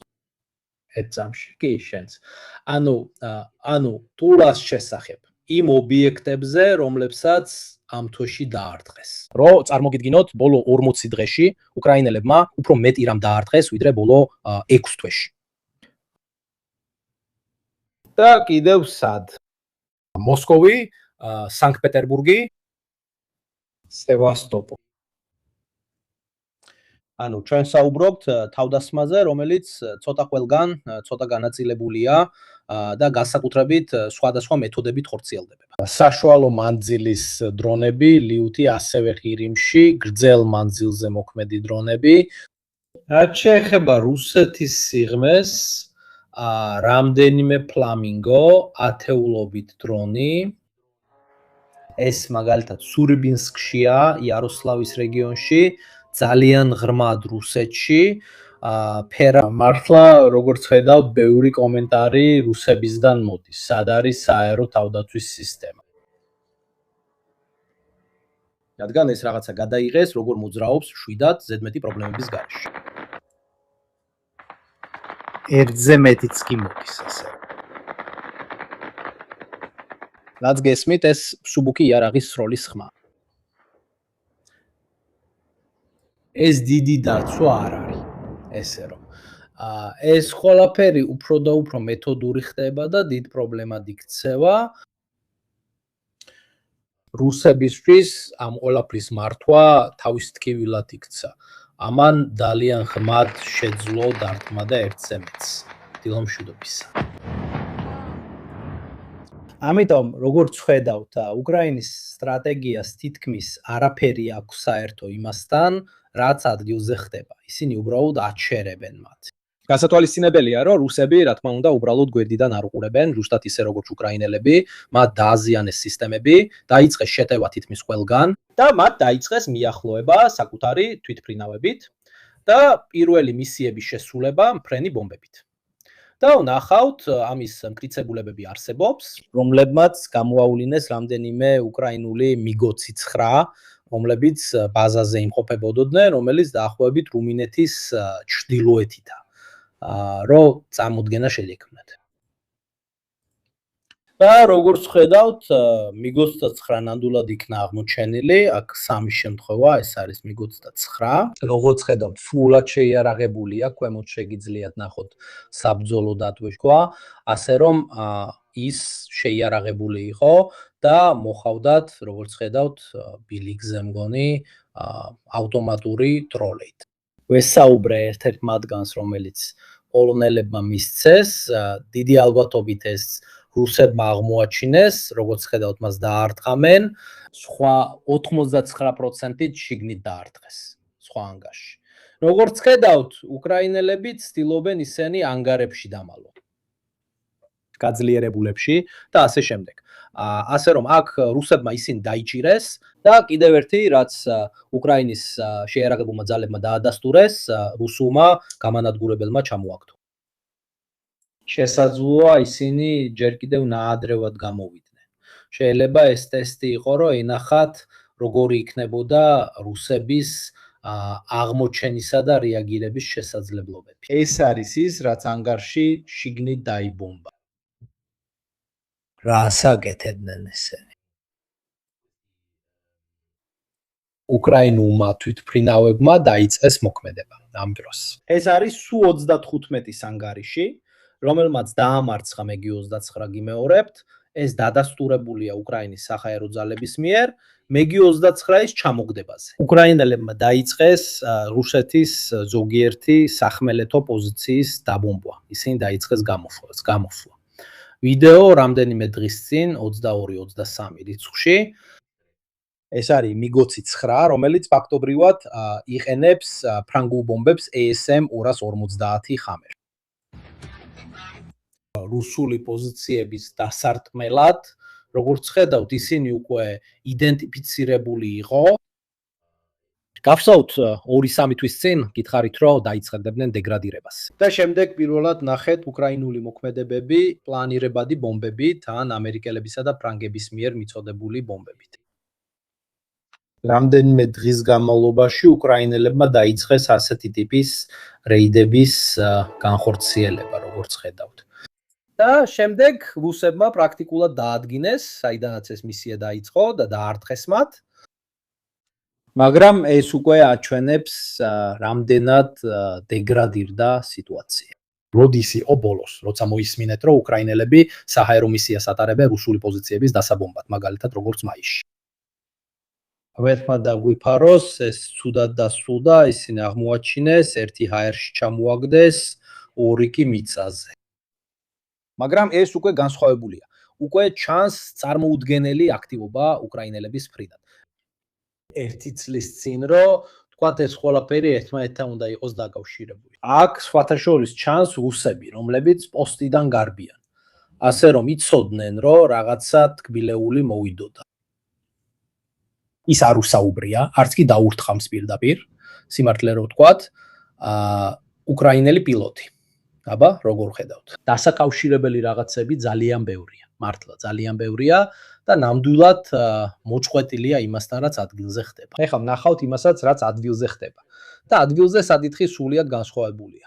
ანუ რუსები სხვა ომს აწარმოებენ, რომელიც პრაქტიკულად არაფერ კავშირში არ არის იმ კამპანიასთან, რომელსაც უკრაინელები ატარებენ. რუსების იდეა ისევ იგივეა, გააგრძელონ ნელ-ნელა მიწების ჭამა. უკრაინის საზღვრის გასწვრივ ყველგან მცირედი ტერიტორიების დაპყრობა, აქ სუმის მარჯვე ვართ. რომ წარმოგიდგინოთ, ბოლო დროს რუსებმა ისევ დაიწყეს მსგავსი ტერიტორიების მოჭრა, რომ ბუფერული ზონა შექმნა. მაგრამ ძალიან დიდი აქტივობა არ არის. ყველაზე მნიშვნელოვანი საკითხი ლიმანის თემაა და მინდა ეს ვთქვა, რადგან ეს მნიშვნელოვანია. როცა თქვენ უყურებთ ჩემს რუკას და ხედავთ, რომ განსხვავებით იმ რუკებისგან, სადაც რუსები იქ იყვნენ, ლიმანი, რუსები უკვე აქ არიან შემოსულები, ისინი მეორე მხარეს არიან, ისინი რკინიგზასთან არიან და ასე შემდეგ. იცოდეთ, რომ არსებობს ეს თამაში, სადაც პრაქტიკულად ყველა სხვადასხვა რუკის შემქმნელი, როგორც იხედავს ორი რუსის გეოლოკაციას, იწყებს ტერიტორიის მინიჭებას. მაგრამ რა ხდება მაშინ, როცა რაღაცები არ აღმოჩნდება ისეთი, როგორიც არის? ეს საინტერესო საკითხია. მოიგონეს უკრაინული კონტრშეტევები ლიმანში და ასე შემდეგ, რომლებიც სინამდვილეში არ ყოფილა. ეს იყო პატარა მცირე შეჯრები. იმის გასამართლებლად, რომ მთელი ის ტერიტორია რუსებს მიაწერეს. ამიტომაც ახლა უკან უნდა წაიღონ ეს შეფასება, აი მე კი მირჩევნია დავიცადო და მართლაც ჩვენ მხოლოდ შეჭრების ფენა დავამატეთ ჩვენს ფუკაზე. როგორ ამბობ იმას, რასაც ამბობ მილკო? რადგან ეს არის რუსული დაბომბვები უკრაინული პოზიციების წინააღმდეგ. თუ უკრაინელებს ბომბავენ აქ და აქ, რაც ფაქტობრივად ურბანული ზონის საზღვრებია, რომლებიც განსაზღვრულია, ცოტა რთულია დაიჯერო, რომ რუსები იმავე უკრაინული პოზიციების უკან არიან, რომელსაც ბომბავენ, არა? შეგვიძლია ერთი და ერთი შევკრათ. და სასაცილო ისაა, რომ ვიდეოები, რომლებიც რუსებმა დაავრცელეს, სწორედ ის ვიდეოებია, რომლებიც რუსულ ტელეგრამ ჯგუფებში ტრიალებს. ასე რომ გენიოსი არ უნდა იყო, რომ მიხვდე თუ აქ უკრაინულ პოზიციებს ბომბავ შემდეგ. შენ აქ აღარ იქნები. ნადლან ამას აზრი არ აქვს, თუ საკუთარი ხალხის დაზიანების რისკზე არ მიდიან. მაშინ ხელებს ვწევ, მაგრამ ვთქვათ ლოგიკა ამას გვეუბნება. და ეს კვირები გვიჩვენებდა, რომ სინამდვილეში რუსებს დიდად ვერ ახერხებდნენ შეღწევას ლიმანის ურბანულ აგლომერაციაში. და რომ ეს ყველაფერი ცოტა სისულელეები იყო. სინამდვილეში დღევანდელი მდგომარეობა ასეთია, კი, რუსები აგრძელებენ ლიმანში შეღწევას, მაგრამ არა მათ ქალაქის შიგნით არც ერთი მუდმივი პოზიცია არ დაუმყარებიათ. სრულიად განსხვავებული ისტორიაა კონსტანტინივკასთან შედარებით. ნახავთ კონსტანტინივკა თქვენ ერევით რაღაცებს ლიმანზე, როგორც ხედავთ, ეს მხოლოდ საუბრის დონეზე რჩება.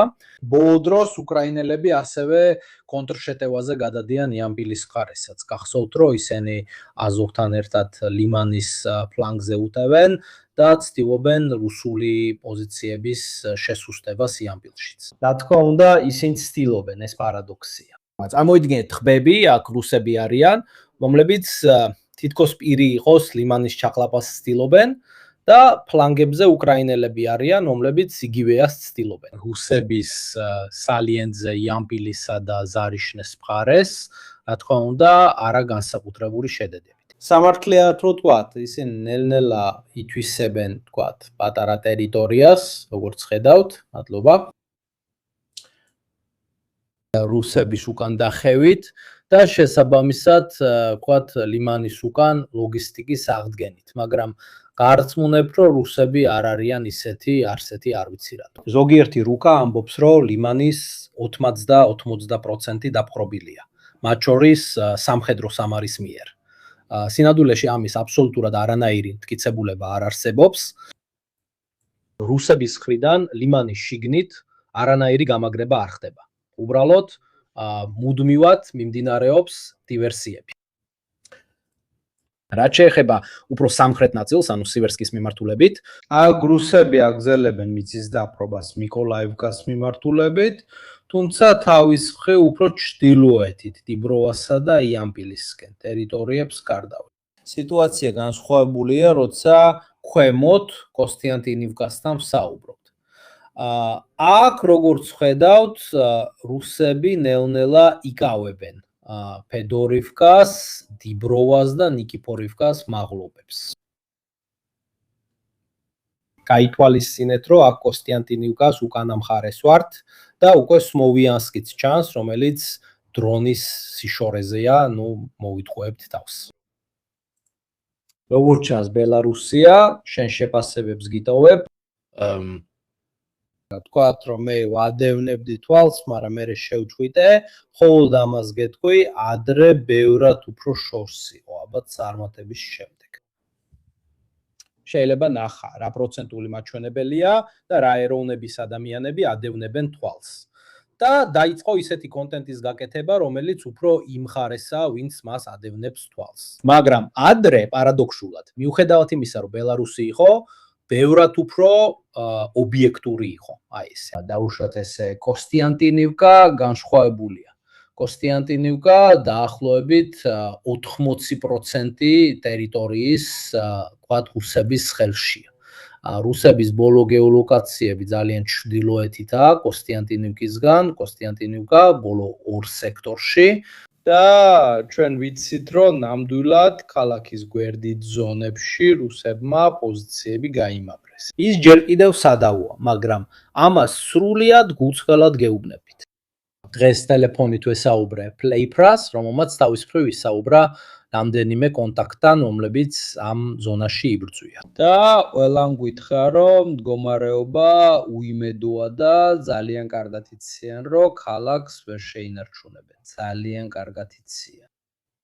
ამიტომ პროპაგანდის მიღმა თუ დღეს დაეცემა, თუ ხვალ დაეცემა მსგავსი რამ, ყოველ შემთხვევაში ისინი ვისთანაც ჩვენ ვილაპარაკეთ, კარგადაც ცნობიერებენ, რომ მდგომარეობა კრიტიკულია და გამოსწორება შეუძლებელია.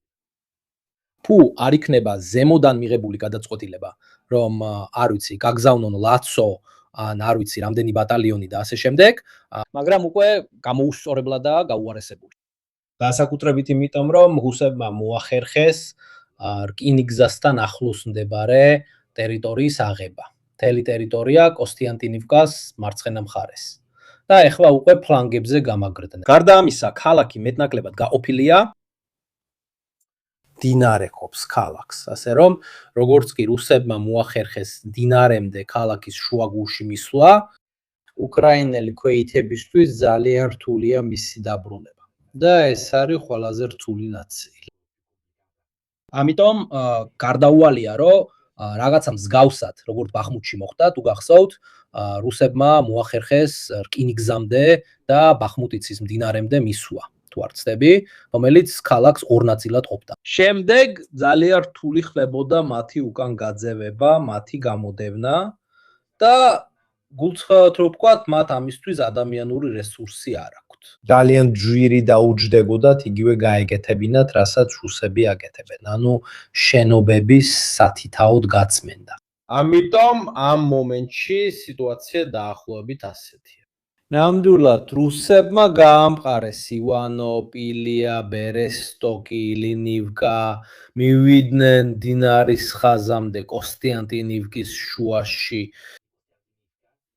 უკრაინელები ჯერ კიდევ იყენებენ ამ რაიონს კონშეტევის მცდელობისთვის და მეორე მხრივ ვიცით, რომ ქალაქის მარჯვენა მხარე და ყველაზე აღმოსავლეთი მხარე ყველაზე მეტად უძლებს. რატო არსებობს ეს შიდა დაყოფა კრივი ტორეცთან? მან თითქმის უკრაინელი დამცველების ზურგში გავიდა, რომლებსაც უნდა აერჩიათ. ან ჩრდილოეთით უნდა დაეხიათ, ან მეორე მხარეს. ამიტომ როგორც ხედავთ, სიტუაცია უკიდურესად ტკიფია, ეს მხოლოდ დროის საკითხია. თქვათ შორის, როგორც ჩანს, რუსები დღეების მიხედვით, ან რუსები, ან უკრაინელები აკონტროლებენ. ეს პატარა სოფელია, როგორც ხედავთ, კოსტიანტინივკას ჩრდილო-აღმოსავლეთით. ასე რომ დიდი ალბათობით, რა ვართ, 27 ივლისის განმავლობაში, ნამდვილად კოსტიანტინივკაში რაღაც მოხდება, ან სიმბოლურად 5%-ზე დარჩება. უკრაინის ხელში ან რაღაცა მსგავსი სისულელე. სადაც შეიძლება გაგრძელდეს ლაპარაკი, რომ არა უღიათ, მაგრამ ჯვარი გადაუსვით დასრულებულია. კოსტიანტინივკა არსებითად დაკარგულია, მოდით უფრო ფართო საუბარი დავმართოთ დონბასზე, სადაც საუბარია თავდაცვით ზონაზე, რაც რუსების მიზანია, არც მეტი, არც ნაკლები. რომ მივიდნენ კრამატორსკსა და სლოვიანსკამდე, რამდენიმე სტრატეგიული მოსაზრება. ერთი ისა, რომ ფრონტი ბევრად შევიწროებულია.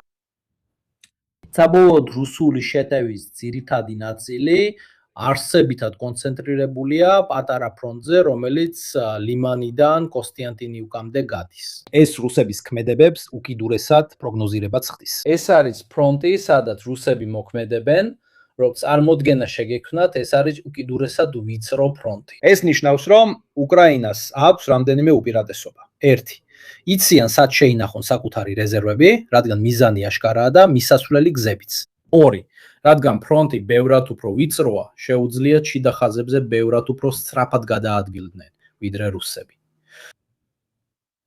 3 მათ შეუძლიათ მშვიდად შეაგავონ ეს ფრონტი. მიუხედავად იმისა, რომ ისინი კიდევ დიდხანს დაკარგავენ ტერიტორიებს, სანამ საკუთარ კამპანიას განახორციელებენ. ეხლა ვცადოთ ვიყოთ ობიექტურები. კონსტანტინივკის დაკარგვა ოპერატიული წარმატებაა რუსებისთვის, თუმცა მათ კიდევ სხვა მნიშვნელოვანი ეტაპები სჭირდებათ, რომ კრამატორსკსა და სლოვიანსკამდე მიაღწიონ. რუსეთის მოქმედება ნათელია, პროგნოზირებადი. და რაც უფრო მეტად შეიზღუდება ტერიტორია, მით უფრო ნაკლები მნიშვნელობა ექნება რიცხობრივ უპირატესობას. ზუსტად როგორც თერმოპილებში. რაც უფრო ვიწროვდება სივრცე, მით უფრო რთულდება მდგომარეობა. კრამატორსკისა და სლოვიანსკის გარშემო და მით უფრო რიცხვებს, განსაკუთრებით ურბანულ გარემოში, ნაკლები მნიშვნელობა აქვს, ანუ ეს უფრო დამცველის სასარგებლოდ მუშაობს. ასევე იმიტომ, რომ თუ იყო ფაქტორი, რომელმაც უკრაინელები 2024-2025 წლებში დაასტაბილურა, ეს იყო ის, რომ რუსებს ყველა ფრონტი აქტიური ჰქონდათ. და უკრაინელებს გახსოვთ, უწევდათ მეხანძრეების როლში ყოფნა, ნაწილების გაგზავნა სუმიში, ნაწილების გაგზავნა კუპიანსკში და ასე შემდეგ. ის რაც ვერ შეძლეს იყო ის, რომ ისინი სტრესის ქვეშ იყვნენ. ეს მდგომარეობა ბევრად უფრო მართვადია უკრაინელებისთვის. რადგან ეს არის ვიწრო ფრონტი და ისინი თავდაცვაში არის. და რაც თავარია, ზუსტად იცი, რას აპირებენ რუსები აქედან 1 ან 2 წლის განმავლობაში. ასე რომ ეს არის რუსების მცირე ოპერატიული წარმატება, რაც მათ ტაქტიკულად აძლევს უპირატესობას, მაგრამ მხოლოდ იმ მცირე სექტორში, სადაც ეს ბრძოლა მიმდინარეობს. გაითვალისწინეთ, რომ კონსტანტინივკა უფრო პატარაა, ვიდრე ოლექსიევო, დროჟივკისა და დრუჟივკის აგლომერაცია. დროჟივკა დიდი არაფერია. დიახ, ეს შეიძლება იყოს საინტერესო პოლიტიკური ფაქტორი. კონსტანტინივკას დაცემა შეიძლება წარმატებად და მორალის ამაღლებად წარმოაჩინონ. მაგრამ საკითხავია, აიღებ კონსტანტინივკას, რომელიც ზომით რამდენია? რამდენია 60-70,000. ცოტათი უფრო დიდია ვიდრე ჩეჩინა. და მეორე მხრივ მთელი რეგიონის კრიზისი გაქვს, კირიმი, მაირე, აიღე ჩეჩინა და მთელი ტოსკანა უკრაინული დაბომბვების ქვეშა, ენერგიის და ელექტროენერგიის გარეშე. გმადლობთ ყველას. რომ პარალელი გაგიწიოთ, ეს იგივეა თითქოს ამერიკელები იამაყებდნენ ჩეჩინას აღებით. და ამ დროს მათ, არ ვიცი, არ ვამბობ ტეხას, რადგან ეს უზარმაზარი რეგიონებია, მაგრამ აი მეინი, ალყაშია მესამე კატეგორიის სახელმწიფოსგან, ყოველ შემთხვევაში ადრე ესეთი იყო. უკრაინა თუ სწორად მახსოვს 27 ან 28 ადგილზე იყო სამხედრო ძალები, როცა ეს კონფლიქტი დაიწყო. ეს ამბავი შიგნით საკუთარ ხალხში ადულად ვერ გაიყიდება. ნახეთ, ჩვენ ავირეთ კონსტანტინივკა, კი, მაგრამ 80,000 რუსი ბრუნდება კერჩიდან. ბენზინი აღარ გაქვს, დრონები დაფრინავენ და თითქმის ყველგან ურთხამენ. ესმით, რომ ეს ორი სრულიად განსხვავებული კამპანია. და გულწრფელად რო ვთქვა, არ მინდა მიკერძოებული ვიყო, მაგრამ ფიქრობ, რომ კამპანია პერცეფციის თვალსაზრისით, არა რეალობის, არამედ რუსი ან დასავლელი მოქალაქის აღქმის თვალსაზრისით. ფიქრობ, უკრაინელების მიერ ჩატარებული კამპანია, რომელსაც უფრო სტრატეგიული მიზანი აქვს, როგორც გაშუქების, ისე ეფექტის თვალსაზრისით, ბევრად უფრო წარმატებულია ვიდრე არა. ტაქტიკური დაპყრობა პატარა სოფლის, რომელიც 2 წლის წინ უნდა დაცემულიყო, ვთქვათ ეს პირდაპირ, რადგან კონსტანტინივკას ალყა 2024 წელს იწყება. მადლობთ. ჯერა რომ ამ ორ მოქმედებას შორის გავლენა საკმაოდ ნაშხოვებულია. პუტინს ნამდვილად ეკნებოდა დიდი შიდა ბერკეტი, თუ მთელ დონბასს აირებდა. ამის ნაცვლად მას სწორედ ამ პრობლემების მართვა უწევს. ასე რომ ყოველთვის უნდა გავაანალიზოთ ეს ორი რამ ადგილზე. რუსები ნელ-ნელა წინ მიიწევენ და ტაქტიკულ წარმატებებს აღწევენ, მაგრამ სტრატეგიულ დონეზე და რა თქმა უნდა, მსოფლიო დისკუსიისა და იმიჯის თვალსაზრისით და ასე შემდეგ. ჩემი აზრით, უკრაინული მოქმედებების ფონზე რუსების მიერ მცირე ტერიტორიული წარმატებები დიდ ყურადღებას ვერ მიიპყრობს. ეს ორი სრულიად განსხვავებული დონეა.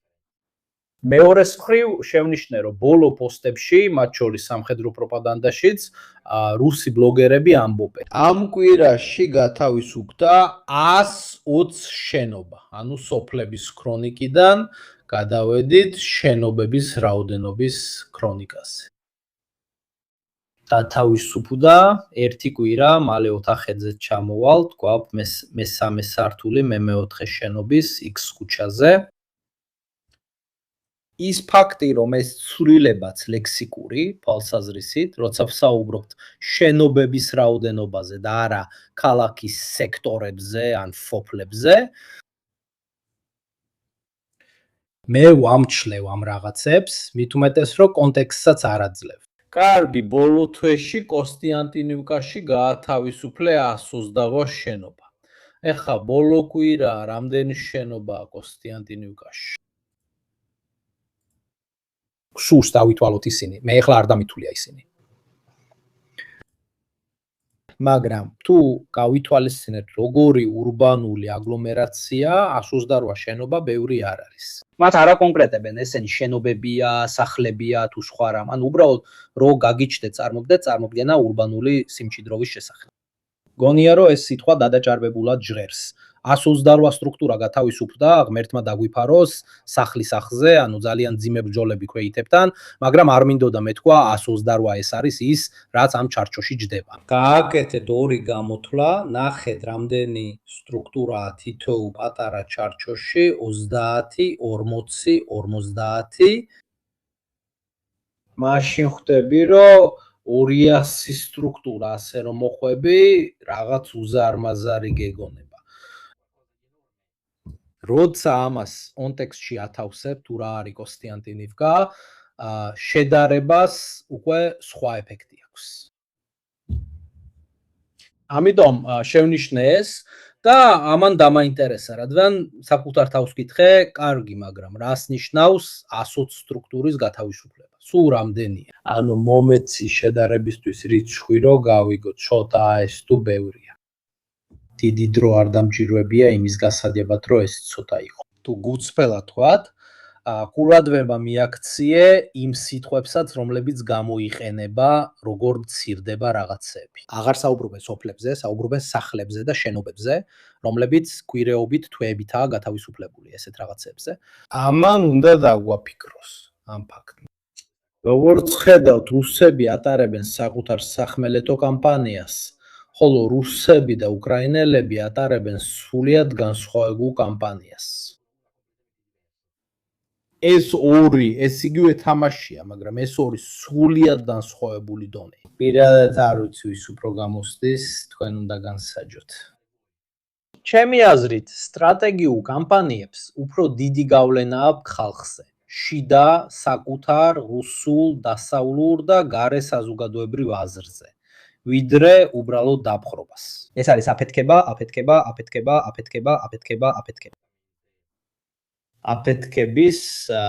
აფეთქების ადგილზე.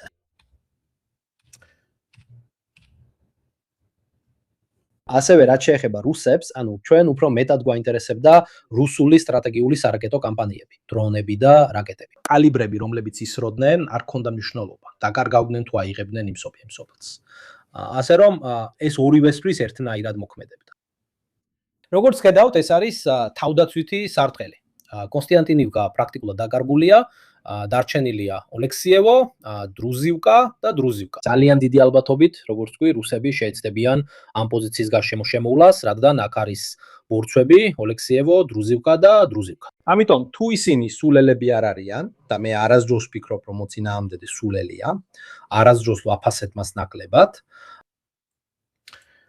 დიდი ალბათობით დრუზივკა უფრო სწრაფად უნდა დაეცეს ვიდრე კოსტიანტინივკა, არა 3-დან 4 წელიწადში. ზუსტად იმიტომ, რომ ისინი დაბალ ხეობაში მდებარეობენ. და თუ რუსებს აქ ზემოთ ბორცვების აგება შეძლეს, პრაქტიკულად შეუძლიათ გამოიწვიონ უკრაინული ძალების ნაადრევი უკანდახევა ოლექსიევო-დრუზივკაში. ეს იმ შემთხვევაში თუ ბორცვების აღებას შეძლებენ, უკრაინელები დაიცავენ. ბორცვებს სიცოცხლის ფასად დაიცავენ. პარადოქსულად უფრო მნიშვნელოვანია ბორცვები და თქვათ დრუზივკას ამაღლებული ზონა, რომელიც გადახურებს ბორცვებს. ვიდრე თავად ბურცვები.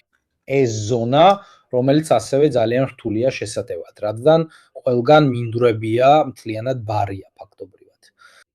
ალბათ რუსები ეცდებიან როგორც მარცხენა ფლანგიდან ამოშლას, ასევე ბორცვების აღებას მარჯვენა ფლანგზე, მაშინ როცა სივერსკ-სოლედარის ფრონტი შეეცდება სლოვიანსკისა და კრამატორსკის პერიმეტრზე მიახლოებას მიკოლაივკის სავებით. მიკოლაივკა უდავოდ თავარი მიზანია, რათა გქონდეთ პლაცდარმი, საიდანაც სლოვიანსკზე შეტევას წამოიცადეთ. სხვა პლაცდარმი იყო ლიმანის საკითხი, ლიმანის აღება, რათა სლოვიანსკიდან და ჩრდილოეთიდან სამხრეთისკენ მიაღწიონ.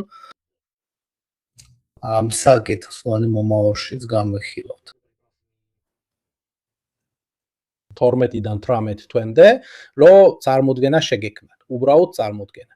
შეამჩნიეთ, რომ რუსულ კომენტარებშიც კი სოლოვიოვი, სხვებიც ყველა ამბობს, კარგი, კრამატორსკისა და სლოვიანსკის ასაღებად 12-დან 18 თვემდე დაგჭირდება. რას ნიშნავს 12-დან 18 თვიანი უკრაინული სტრატეგიული კამპანია რუსეთის ინფრასტრუქტურების წინააღმდეგ? ძალიან მძიმე იქნება. ეს იქნება უკიდურესად მძიმე. სინამდვილეში, როგორც ვქვი, ახლა უკრაინელებს უპირატესობა აქვთ. რუსები მაქსიმუმ 6 თვეში დაიმეორებენ იმ ტექნიკას, რომელსაც უკრაინელები იხენებენ ზაპოროჟიეს მიმართულებით. ალბათ უკვე ოქტომბერ-ნოემბერში ისინი დააპოპირებენ იმ სისტემას. ამიტომ უკრაინელებმა ახლა უნდა დამოიყენოს შანსი, სანამ დროა. სააღნიშნავია, რომ სხვა ფრონტებზე ასე თუ ისე კი არის გარკვეული წინსვლა, მაგრამ პოკროვსკის, როდინსკის ან მსგავსი ადგილების გარეთ რუსული შეტევის დიდი გადაადგილებები არ ფიქსირდება. თუ ჩრდილოეთით ზარიჩნესკენ უკრაინული მოქმედებებს დააკვირდებით, აქ უკრაინელები რუსების ჩრდილოეთ ფლანგზე კვლავ აგრძელებენ ტერიტორიის ნევნელად წართმევას. აქ ჩვენ პოკროვსკის სამხრეთით ვიმყოფებით, უფრო გულიასა და პოლესა და ზარიჩნეს შორის. გახსოვთ ის პერიოდი, როცა იყო, დიახ, მე ვარ.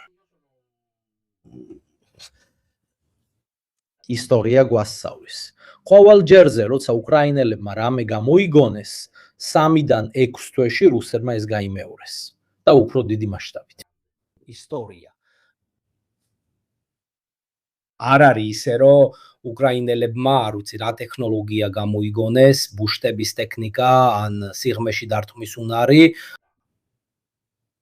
ამიტომ ადრე თუ გვიან, ისინი თვითონაც გაიმეორებენ ამას. საუბარია იმაზე, რომ უკრაინული ტექნიკა არის რუსული რუბიკონების გამეორება, რადგან პირველად სწორედ რუსული რუბიკონი იყო, რომელმაც არ გაუწია ტაქტიკური მხარდაჭერა დრონებით დანაყოფებს. დანაყოფებს უკვე ყავდათ თავიანთი დრონისტები, მაგრამ ინტერდიქციის განხორციელებამ დარტყმა 20-დან 60 კილომეტრამდე უკრაინული ხაზების მიღმა, ეს გააკეთეს ლიმანისა და კოსტიანტინივკის გარშემო. შეგახსენებთ, კოსტიანტინივკა ბოლო თვეებში, ასე რომ თუ ვინმე შეხედავს გზას კოსტიანტინივკას უკან, იქ უკრაინული ტექნიკის სასაფლაოა. იმდენად რომ უკრაინელები ღამით მცირე ჯგუფებად ეზიდებიან მარაგებს, ცდილობენ დაჭრილების ევაკუაციას მიწისზე და დრონებითაც კი და ასე შემდეგ. ძალიან რთული. უკრაინელებმა თქვეს, ვაუ, ის რაც რუსებმა რუბიკონთან გააკეთეს, მუშაობს. როგორ შეგვიძლია ეს უკეთ გავაკეთოთ? და აქ უკვე სტარვინგის თემა ჩაერთო, მათ აქვთ რუსებს არა და ასე შემდეგ, ამიტომაც შეუძლიათ უფრო ღრმად მოქმედება.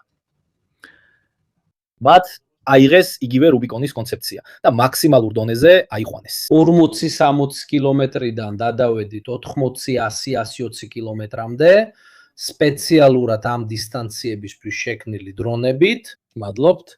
ასე რომ ლოგიკურია ვიფიქროთ, რომ რუსები ადაპტირდებიან. მით უმეტეს რომ ზოგიერთი დრონი მათ ხელში აღმოჩნდება. მათ აკლიათ სატელიტური ფაქტორი. ეს შემთხვევითი არ არის. უკრაინელების თავდასხმა ორ სატელიტურ საკომუნიკაციო სადგურზე მოსკოვთან ახლოს. სწორედ მას შემდეგ რაც Starlink-ის წაშლის და რუსებისთვის Starlink-ზე წვდომის არეულობა მოხდა, რუსებმა რამდენიმე სატელიტი გაუშვეს. რა თქმა უნდა, მათ არ აქვთ ისეთი თანამგზავრების კონსტელაციები, როგორიც Starlink-ს ან დასავლელებს აქვთ, მაგრამ მათ სადეს ახალი სატელიტების გაშვება. და დამხვევით უკრაინელებმა სწორედ სატელიტური კავშირის მიწის სადგურებზე მიიტანეს დარტყმა. რადგან იციან, რომ ეს მათ კიდევ უფრო მეტ დროს მისცემს, რომ გამოიყენონ თავიანთი უპირატესობა. ფლამინგოს წარმოება შეიძლება მნიშვნელოვნად გაიზარდოს, მაგრამ ეს არ ეფუძნება ამ ტიპის მონაცემებს ან ვარაუდს იმის შესახებ, თუ რამდენი წარმოება შეუძლიათ. შემიძლია თქვა, რომ ის რაც ადრე იყო ნათქვამი, სრულიად ფანტასტიკის სფეროა თვეში 100-დან 120-მდე.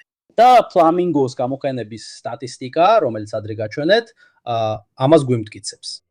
საინტერესოა ის, რომ მიუხედავად იმისა, რომ ისინი გამოიყენებოდა პატარა ჯგუფებში 3, 4, 5, ძალიან მაღალი წარუმატებლობის მაჩვენებლებით 2026 წლის დასაწყისში, ისინი კვლავაც გამოიყენება პატარა ჯგუფებში. მაგრამ წარმატების პროცენტული მაჩვენებელი სულ მცირე ბოლო შეტევის შემთხვევაში, შემდეგ სტატისტიკაც უნდა დაგეთდეს, მომდევნო შემთხვევების გათვალისწინებითაც, მაღალი იყო 5-დან 3. და ძალიან კარგია ესეთი პატარა შეტევისთვის. უნდა ვნახოთ, შეძლებენ თუ არა ამ მაჩვენებლის შენარჩუნებას, გაიზრდება თუ არა ეს პროცენტი, თუ ეს უბრალოდ შემთხვევითობა იყო. რადგან მათ გამოიყენეს რელიეფი, გამოიყენეს მდინარის კალაპოტი. ნახავთ, აღსანიშნავია, რომ 2026 წლის 6 თვეში უკრაინული თავდასხმების განმეორებადობა გაიზარდა, განაგრძობს ზრდას ინტენსივობა, მაგრამ არ ვფიქრობ, რომ ისინი იმ წარმოების დონეზე არიან, როგორცაც აცხადებდნენ. თუ ასეა, ისინი ამზადებენ მხოლოდ მესამეც, შეიძლება მეოთხეცაც კი იმ რაოდენობისას, რაც განაცხადეს, 20-30 ერთეული თვეში. რაც არ უნდა იყოს, ეს მაინც ბევრია. რადგან თუ 30-ს გაუშვებენ 6 შეტევაში, თითოეულში 5-ს და 3 მათგანი მოხდება 6 დიდ ობიექტს, ეს დიდ ზიანს აყენებს.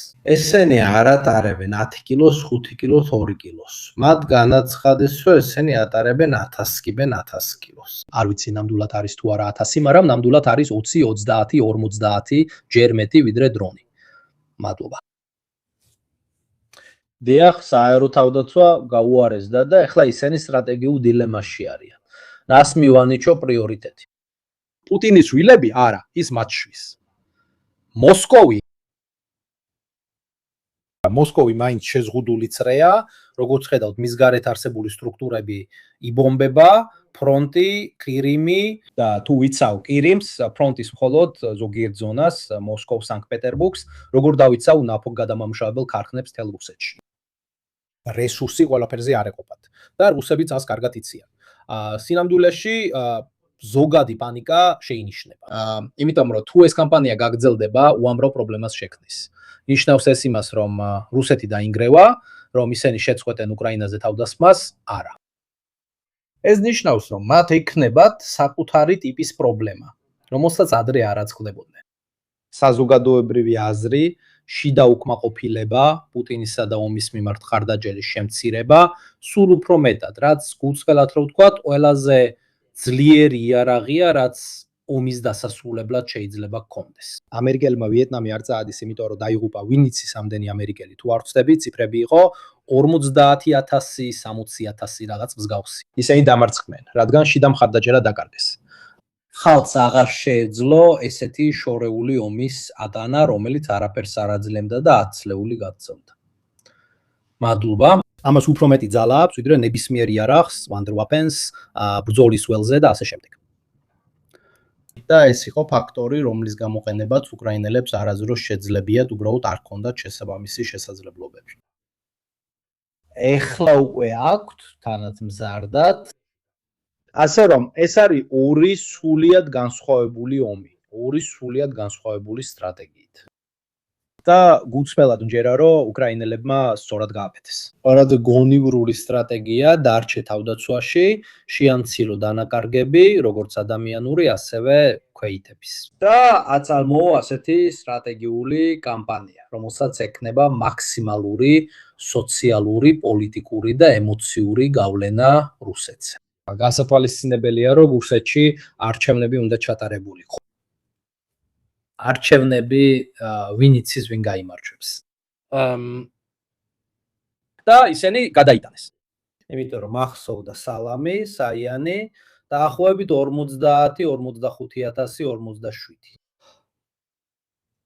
იმიტომ რომ შიგლით იციან რომ მოწონების დონე ძალიან დაბალია, დრო არ არის, ესე ვთქვათ. ვთქვათ, მე არჩევნებზე არ წავიდოდი, მაშინ როცა ხალხი გიგზავნის შორს, იმიტომ რომ არ დადეგებზე ბენზინი არ აქვს. ნახოთ, ერთადერთი სექტორი, სადაც უკრაინელები აქტიურობენ, ასე ვთქვათ, ეს არის კამიანსკის სექტორი.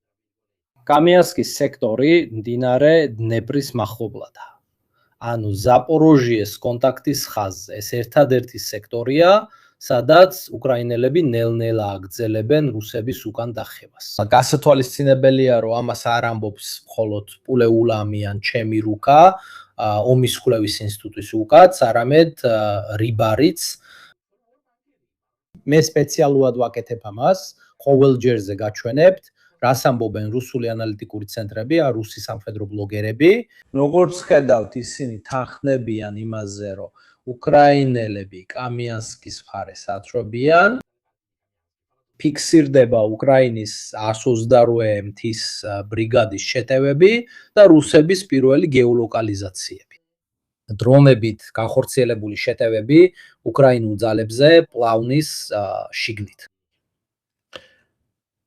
ეს ნიშნავს, რომ უკრაინელები იმარჯვებენ? არა. ეს უბრალოდ ნიშნავს, რომ უკრაინელები ცდილობენ ტაქტიკური უპირატესობა მოიპოვონ ამ რეგიონში, რაც შეიძლება შორს განდევნონ რუსები ზაპორიჟიიდან. გახსენებთ, რომ როდესაც რუსული შეტევების პიკი იყო, რუსები ამ რეგიონამდე მივიდნენ, ძალიან ახლოს. ზაპორიჟიაში, რომელიც ობლასტის პირველი დედაქალაქია. რომელიც თეორიულად მათ შეეძლოთ აეღოთ ამ ომში. რატომ უტევენ უკრაინელები სწორედ ამ კონკრეტულ ზონაში? იმიტომ რომ უკრაინელების მიერ ზაპოროჟიეს კორიდორზე განხორციელებულმა ლოგისტიკურმა დეგრადაციამ უდავოდ მნიშვნელოვნად შეამცირა რუსული ძალების აქტივობა ამ რეგიონში. იმდენად რომ ამ რეგიონში რუსული შეტევების რაოდენობა 3 თვის წინ 130 იყო, ეხლა კი 15-მდე შემცირდა. რუსული აქტივობის თითქმის 90%-იანი შემცირება ამ რეგიონში. ეს ძალიან ბევრია. საფრუელი აღინიშნოს, რომ სხვა ადგილებში ზეწოლა კვლავ გრძელდება. გახსოვთ, როცა გითხარით, რომ თუ ისინი არ განახორციელებენ მასშტაბურ რეკრუტირებას, მასშტაბურ ახალ მობილიზაციას და ასე შემდეგ, გარდაუვალია, რომ სხვა ფრონტები მოუწევთ გამორთონ, რათა ამჟამინდელები გააქტიურონ და შეინარჩუნონ. შენიშნულია შეტევითი მოქმედებების შემცირება, მათ შორის ტაქტიკულ და ადგილობრივ დონეზე რუსების მხრიდან. თითქმის ყველა ფრონტზე, გარდა ლიმანის, კოსტიანტინივკის და დაახლოებით სივერსკის, ჩასივი არის ზონისა. ეს ნიშნავს, რომ ძალების რესურსი არც ისე მაღალია, რადგან გიწევს ზოგიერთი ფრონტის ჩაქრობა, რათა გააგრძელონ მთავარი მიმართულებების შენარჩუნება. ნამდვილად, კამიანსკის ფრონტი ერთ-ერთია იმათგან, რომელიც იწირება იმისთვის, რომ სხვები შენარჩუნდეს. უნდა აღინიშნოს ეს ტენდენცია. ამ წლის ტენდენცია უკიდურესად დაღმავალია. აგრეთვე ივნისიც მაისთან შედარებით ოდნავ უკეთესია, ამას ახლა ვეგეთყვით, მაგრამ მაინც სულ რაღაცა 20-13 კილომეტრზე კვადრატულზე საუბარი. ტენდენცია ნამდვილად უარყოფითია და გაუმჯობესების ნიშნები არ ჩანს. რა თქმა უნდა, კილომეტრებშია კილომეტრი კვადრატულზე, მაგრამ ჩემთვის პირადად უფრო მეტ მნიშვნელობას აქვს კოსტიანტინივკას, როგორც ურბანულ და ლოგისტიკურ სექტორს, ვიდრე 22-ის კულაიპოლეს ჩრდილოეთით მდებარე მინდვრებში. მაგრამ ნებისმიერ შემთხვევაში საჭიროა პუტინის მხრიდან არჩევანის გაკეთება. არც მეტი არც ნაკლები, ეს სწორედ ისაა, რასაც მისივე გარემოცვაში სთხოვენ. რუსები იმ მდგომარეობაში, რომელშიც ახლა არიან, თუ დამატებით ხალხს არ გაგზავნიან, ბედა უთქვა, რომ თუ დამატებითი გაძლიერებით არ ჩაერევიან, არც კი მგონია, რომ შეძლებენ აიღო. კრამატორსკი და სლოვიანსკი ყველა სხვა ფრონტის ჩაქრობით და მხოლოდ იმ ფრონტების გამოყვებით, რომლებიც კრამატორსკსა და სლოვიანსკში მისვლით არიან დაინტერესებული, აუცილებლად უნდა გააკეთოს არჩევანი. მე მგონია, რომ უკრაინელებმა ეს ძალიან კარგად იციან. იმიტომ რომ კი ისინი ჩემზე მეც იციან, მაგრამ ნამდვილად არა. ისინი არ ლაპარაკობენ. და აი თუ შენ იცი, რომ პუტინს რომ მხოლოდ დონბასიც კი მიიღოს, რაღაც არჩევანის გადათება მოუწევს, უბედური, არაპოპულარული, შენ რის შესუსტებას აპირებ? პოპულარული მხარდაჭერა პუტინის მიმართ. მას მოუწევს არაპოპულარული გადაწყვეტილებების მიღება იმ დროს, როცა ხალხი ძალიან გაბრაზებულია. ყველას მადლობა.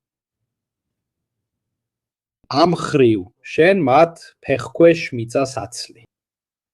მას იცის, რომ არაპოპულარულ არჩევანს უნდა გააკეთოს და შენ მას მორალსა და შიდა მხარდაჭერას უნგრე. რა თქმა უნდა, არიან ძალიან გაბრაზებულები, რომლებიც ამბობენ, მოდი ყველაფერი ბირთვულად გავანადგუროთ, ინგლისი ჩავძიროთ და მსდავსი რაღაცები. მაგრამ ესენი სამხედრო ბლოგების საზოგადოებებია, რომლებიც ცოტა თქვენნაირები არიან ხალხი, ვინც ადევნებს თვალს და თავად ომშია ჩართული. ინფორმაციულ დონეზეც კი რუსების უმრავლესობას დაახლოებით იტალიელებივით საერთოდ არ აინტერესებთ, ამ ხრივ არ ყალიბდებიან. უბრალოდ სურთ თავიანთი ცხოვრება გააგრძელონ და არ უნდათ ჩაერთონ.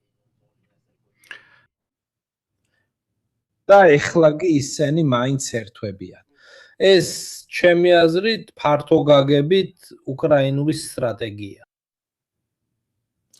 მოდის ოდესმე რაკეტა, აი პოტენციურად კი საუბარია ანტისატელიფურ თანამგზავრებზეც. არის რამდენიმე სტატია იმასთან დაკავშირებით, რასაც რუსები ცდილობდნენ, ასევე ჩინელებზეც, პოტენციურად შესაძლებელია ომი კოსმოსში, ესე ვთქვათ. მაგრამ ამ ეტაპზე ეს საკითხი საკმაოდ ბუნდოუნად მეჩვენება. ტექნიკურად შესაძლებელია, რა თქმა უნდა, ამ ხრივ ქაოსი მოხდება. ნახე ვინ არის მასიმილიანო პარენტე. ხო, ხედავ, შესაძლებელია. მიხვები, სტატია რომ დავიძინო 2 საათზე ამის შესახებ. ნახე ვინ არის მასიმილიანო პარენტე. ღამე მშვიდობისა. მომისმინე სანამ დაძინებას აპირებ. ამიტომ ჩემი აზრით ეს უბრალოდ ტრაექტორიის საკითხია, რას ცდილობს თითოეული მიაღწიოს და რას აკეთებენ რუსები ამასთან დაკავშირებით. სტრატეგია უკრაინა pure risolutauria. პოტენციურად ეს შესაძლებელია. მათ გამოსდით. მათი მიზანია რომ ხარდაჭერა შეამცირონ და უბრალოდ ვეღარ შეძვონ გაგრძელება. რუსეთის გამარჯვება კიდია ხან მთელ დონბასის აღება. ეს არაფერს ნიშნავს. ანუ ეს არაფერს არ დიდასტურებს. და უკრაინელებს თავისუფლად შეუძლიათ ბრძოლა გააგრძელონ, ან რო უკან დაიბრუნონ, ან რო შეგაჩერონ, თუ შენ გინდა კიდევ წინ წასულ. ეს არ არის რაღაცა, რაც სტრატეგიულ დონეზე გადაწყვეტს იმას, რაც ხდება. უკრაინული გადაწყვეტა უფრო რთული მისაღწევია. ანუ თქვათ ასე, პრაქტიკაში უფრო მარტივია უბრალოდ ტერიტორიის დაპყრობა, ვიდრე ქვეყნის შიგნით უკმაყოფილების ან დაპირისპირების გაღვივება. რათა ომისადმი მხარდაჭერა შეასწავლო. იქ მართლა ბევრ რამეს უნდა აკეთებდე სხვადასხვა დონეზე, თუმცა ეს სტრატეგია უფრო შედეგიანია. ან ყველაფერი, ან არაფერი. ამ შემთხვევაში ზღვარიცა. მაშ, რა გითხრათ? კარგად დააგვირდით ამ ორ საკითხს. მისცემ თავისუფლებას, რომ მხოლოდ იმაზე გაამახვილოთ ყურადღება, რაც ადგილზე ხდება. რადგან სხვა დონეებზე კიდევ ბევრი რამ ხდება. და გუნწფელად ჯერა, რომ სწორედ ის დონეებია ყველაზე საინტერესო. ეს არ ნიშნავს, რომ სიტუაცია ყოველთვის უკრაინის სასარგებლოდ დარჩება, რადგან შეგახსენებთ, პუტინმა შეიძლება მიიღოს არასასიამოვნო გადაწყვეტილებები. მაგრამ ეს გადაწყვეტილებები სრულიად შეცვლის სიტუაციას. ამჟამად არსებული სიტუაციაში, როდესაც რუსეთს უჭირს ყველა მიზნის დაცვა და ანტისაერო თავდაცვა დასუსტებულია, უკრაინის სტრატეგია მხოლოდ ზიანის მიყენებას და ზრდას გააგრძელებს. მაგრამ ომში სიტუაციები არასდროს არის სტატიკური. ყველაფერი შეიძლება ძალიან სწრაფად შეიცვალოს. სხვათა შორის, როგორც ვხედავთ, ზელენსკის ასერტიულობაც ბელარუსის მიმართ, ან ის პრობლემები, რაც მას პოლონელებთან აქვს ისტორიულ საკითხებზე, ეს ყველაფერი ალბათ კიდევ უფრო აჩენს საჭიროებას, რომ უკრაინამ დროის ეს მონაკვეთი გამოიყენოს. ბრიტანეთის მთავრობა კოსტარმერი, რომელიც სახლში მიდის, რომელიც უდავოდ უკრაინის ერთ-ერთი მხარდამჭერი იყო. უდავოდ, რაც პოლიტიკურ დონეზე ხდება, მაკრონი საფრანგეთში, ალტერნატივა სხვა ქვეყნებში, ფორდოიჩი გერმანიაში და ასე შემდეგ, ეს ყველაფერი გრძელვადიანი ფაქტორებია, რომლებიც უკრაინას ხელს უშლის და რომელთა თვალისწინებაც უკრაინამ უნდა მოახდინოს. ამიტომ ალბათ ისინი ცდილობენ მაქსიმალურად გამოიყენონ ეს მცირე უპირატესობა, რომელიც მუდმივი არ არის. ამიტომ ყოველთვის გეუბნებით, არ დაიჯეროთ უკრაინის არმიის დაშლა, არ დაიჯეროთ რუსეთის დაშლა, ან რაიმე მოულოდნელი რა. რადგან თითოეულ ნაბიჯს ყოველთვის მოხვება საპასუხო ნაბიჯი. არ დაიჯეროთ მარტივი სცენარები. თითქოს რუსეთი იმიტომ გაიმარჯვებს, რომ უზარმაზარია. ან თითქოს უკრაინა გაიმარჯვებს იმიტომ, რომ ევროპა უჭერს მხარს. ამ ომმა, როგორც ყველა ომმა, აჩვენა, რომ OL 6 თვეში, წელიწადში ერთხელ მიღებული დადაწყვეტილებები ცვლის ბალანსს, ან ერთის, ან მეორის სასარგებლოდ. ამიტომ, ჩათვლით, რომ რადგან რაღაცები ახლა ესე მიდის, ყოველთვის ესე გაგრძელდება. ეს იგივე მიზეზია, რის გამოც ვერ აიღებ 3 წლის წინანდელ ანალიზს და ვერ იტყვი, რომ უკრაინა დაიმარჯვებს, ან რუსები გაიმარჯვებენ. ანალიზები რძეს გავს, მათაც აქვთ ვადა. არსებული მონაცემების მიხედვით სიტუაცია ასეთია. Თუ არაფერი შეიცვლება და ეს რთულია, ტრაექტორია ესეთია, მაგრამ ჩვეულებრივ ისინი იცვლება. ამიტომ განიხილეთ ეს უფრო როგორც მიმდინარე ტენდენციის განახლება, ვიდრე როგორც საბოლოო და დროისგან უცვლელი ანალიზი. არც მეტი არც ნაკლები, იმედი მაქვს, რომ კაცები შეძლებენ დაარტყან საკვების მარაგებს და განსაკუთრებით რუსული ჯარების მარაგებსაც. ნაკლები არ აღინიშნავს შეტევის გადადებას, ნაკლები წყალი კი ნაკლებად ფრიზელ ჯარისკაცებს. დიახ, როცა ურთხამ სატვირთოებს, მაინც რას ეზიდებიან ისინი? საბრძოლო მასალას, მარაგებს, ყველაფერს. ბენზინზე უფრო მეტად ზემოქმედებს სამოქალაქო მოსახლეობასა და ლოგისტიკაზე, რუსულ ლოგისტიკაზე. რადგან რეალურად, როგორც ნახეთ, მექანიზებული და ჯავშანტექნიკის შეტევები ბევრი არ ხდება, ამიტომ არ ჭირდება დიდი რაოდენობით ბენზინის გამოყენება ან დაგროვება, მას უფრო ლოგისტიკური და მოსახლეობაზე ზემოქმედება აქვს.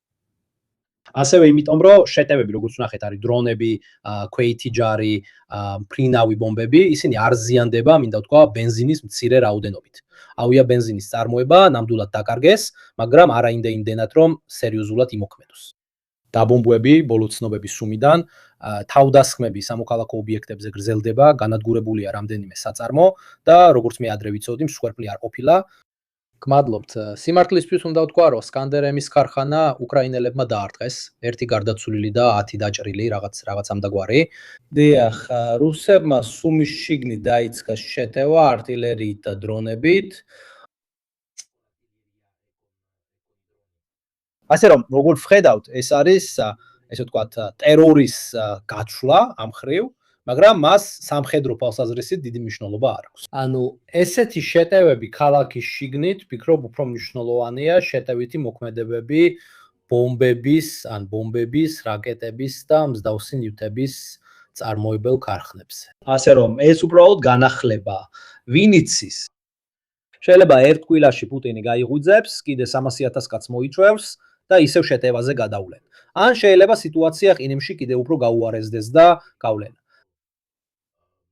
რუსების აზრზე ამ ომის მიმდინარეობის შესახებ კიდევ უფრო მნიშვნელოვანი და ხმამაღალი გახდება. რადგან გავიხსენოთ, რომ რუსეთში განსხვავებული აზრი ძალიან სუსტია. მაშინაც კი როცა ისინი წუწუნებენ, მე ერთი საინტერესო ტენდენცია შევნიშნე. რუსი სამოქალაქო პირების მიერ გადაღებული ვიდეოების უმეტესობა, თუნდაც სპონტანურად, ყოველთვის ასე იწყება. მე პოლიტიკით არასდროს დავკავებულ ვარ. როგორც ამბობენ, ეს ომი არასდროს მინდოდა, ეხლა კი სახში ამ ომთან ერთად აღმოჩნდი. ბრჭყალებში რო თქვათ ომის სახში, სწორედ იმიტომ გაქვს, რომ პოლიტიკით არ დაინტერესებულ ხარ. შენ პოლიტიკას მისცე უფლება, შენი დაკავებული ხარ. როცა ადამიანი პასიურია პოლიტიკასა და მართლობას სხვაზე აკისრებს პასუხისგებლობას, საინტერესოა, რომ ისინი არასდროს იღებენ საკუთარ პასუხისგებლობას. ეს იგივეა, რომ თქვა, მე არაფერ შუაში ვარ, პოლიტიკაში არასდროს მიმირია მონაწილეობა, მაგრამ არც წინააღმდეგობა გაგიწევია. სანამ თავზე დრონები არ დაგაფრინდა, ან ბენზინი არ დაგაკლდა, მანამდე თავს ისე აჩვენებდი, თითქოს ეს უბრალოდ სპეციალური ოპერაცია იყო 100 კილომეტრის დაშორებით. ყურადღება მიაქცია ამ პატარა დეტალებს, რადგან ისინი აჩვენებენ, როგორი ბერკეტი აქვს პუტინს საკუთარ ქვეყანაში. ესეთი ხალხით, ესეთი კულტურით არ ზოგადებ, მაგრამ ბევრს ხედავდი, ვინც ესე ფიქრობდა, ესეთ სიტუაციაში ადვილია თავისუფლად მოქმედება. რადგან ძნელია იპოვო ვინმე, ვინც პირდაპირ შეგეწინააღმდეგება, ან აიღებს პასუხისგებლობას იმაზე, რაც ხდება. ესეც შემიშნა. კომენტატორთა, სამხედროების, ბლოგერების უმეტესობა და ასე შემდეგ მიდრეკილია პასუხისგებლობის მოთხოვნისკენ, კაცხი პასუხებისკენ, მაგრამ არავის ნამდვილად აქვს გამბედაობა თითი გაიშვიროს ომის დაწყების გადაწყვეტილებას. მინდოდა ბოლო რამე მეთქვა და მე დავასრულოთ ეს ლაივი, რაც ჩემი აზრით საინტერესო თემაა. მინდოდა ერთი რამც ამეკითხა თქვენთვის, რაც ჩემი აზრით კლავს დებატსაც იმ ცნობილ თემაზე, რომ კიევს 3 დღეში ავიღებთ, რა? ეს ყველაფერი ატლანტისტი პროპაგანდისტების ნათქვამია, რა? მინდა ერთი ნათქვამი წაგიკითხოთ სტატიიდან, რომელიც შემდეგ თავადაც შეგიძლიათ ნახოთ. და სტატია ასე ამბობს: სისხლისმელი პოლიტოლოგების ენთუზიაზმით სავსე ქორებისა და აჩქარებული კუკუშკების პროგნოზები. რუსი პოლიტიკური კლასის ზოგიერთი წარმომადგენელი დღეს ამტკიცებს, რომ რუსეთს შეუძლია უკრაინას რამდენიმე საათში გამანადგურებელი მარცხი მიაყენოს. ზოგიერთი კიდევ უფრო მოკლე პერიოდებსაც ასახელებს. თუ სამხედრო კონფლიქტი დაიწყება, გავარკვიოთ, რომელი ამ განცხადებებიდან შეესაბამება რეალობას. რუს ექსპერტულ საზოგადოებაში ბოლო დროს დამკვიდრდა აზრი, რომ უკრაინის ტერიტორიაზე ჯარების გაგზავნაც კი საჭირო არ იქნება, რადგან ამ ქვეყნის შეიარაღებული ძალები ძიმე მდგომარეობაში იმყოფება. ზოგიერთი პოლიტოლოგი, არავინ იცის ვინ, ჩემი აზრით იგულისხმება დუგინი, აღნიშნავს, რომ რუსეთის ძლიერი ცეცხლოვანი დარტყმა თითქმის ყველა სადაზვერვო და საკომუნიკაციო სისტემას, არტილერიასა და ტანკების ფორმირებებს გაანადგურებს. გარდა ამისა, ზოგიერთი ექსპერტი ასკვნის, რომ რუსეთის მხრიდან მხოლოდ ერთი გამანადგურებელი დარტყმაც კი საკმარისი იქნება ასეთი ომის დასასრულებლად. როგორც ტორტზე ალუბალი, ზოგიერთი ანალიტიკოსი განსაკუთრებით აღნიშნავს იმ ფაქტს, რომ უკრაინაში არავინ დაიცავს კიევის რეჟიმს. სტატიის დანარჩენ ნაწილს შეგიძლიათ თავად წაიკითხოთ. ამბობს, რომ ეს იულის საქმე არ იქნება და ყველა ვინც ეს სიტყვები თქვა, განსაკუთრებით რუსეთის მმართველ ელიტაში, თავს ითხოვებს. ეს სტატია თარიღდება 2022 წლის 3 თებერვლით. და ეს არ დაუწერია. ნატოს ოფიცერს, დასავლელ პროპაგანდისტს, მეინსტრიმული მედიის ჟურნალისტს ან მსგავს ადამიანს. ეს სტატია დაწერა რუსმა ოფიცერმა. მისი ავტორია მიხაილ ხოდარენოკი, რუსეთის ფედერაციის არმიის გენერალური შტაბის ოპერატიული მთავარი სამმართველოს პირველი ჯგუფის ყოფილი ხელმძღვანელი. მადლობთ. სხვათაშორის, როგორც ამერიკელებთან ხდება, სადაც ექსეთი და ტრამპი სახში აგზავნიან იმ სამხედროებს, რომლებმაც უთხრეს, რომ ირანში ომი არ დაეწყოთ და სწორედ ამიტომ ალბათ დაკარგეს თავიანთი თანამდებობა.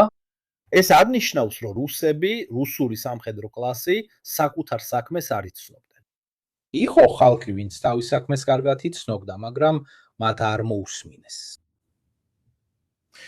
პიგდებდ მულსის ჰიგზეც გამოვაქვეყნე, ცოტა სატყუარად, რადგან ბევრს ეგონა, რომ ეს ჩემი სიტყვები იყო. ეს ჩემი სიტყვები არ არის, მაგრამ სხვათაშორის ვიღაცა იფოს ეს ვინ არისო და ასე შემდეგ. ეს აქვეყნებს და ეხლაც აქვეყნებს სხვათაშორის. მან ასევე დააკომენტარა ზელენსკის განცხადებები ლუკაშენკოზე რუსულ სამხედრო ჟურნალებში, რომლებსაც გენერალური შტაბი კითხულობს. და ეს საიტი რუსულია mw1ag.ru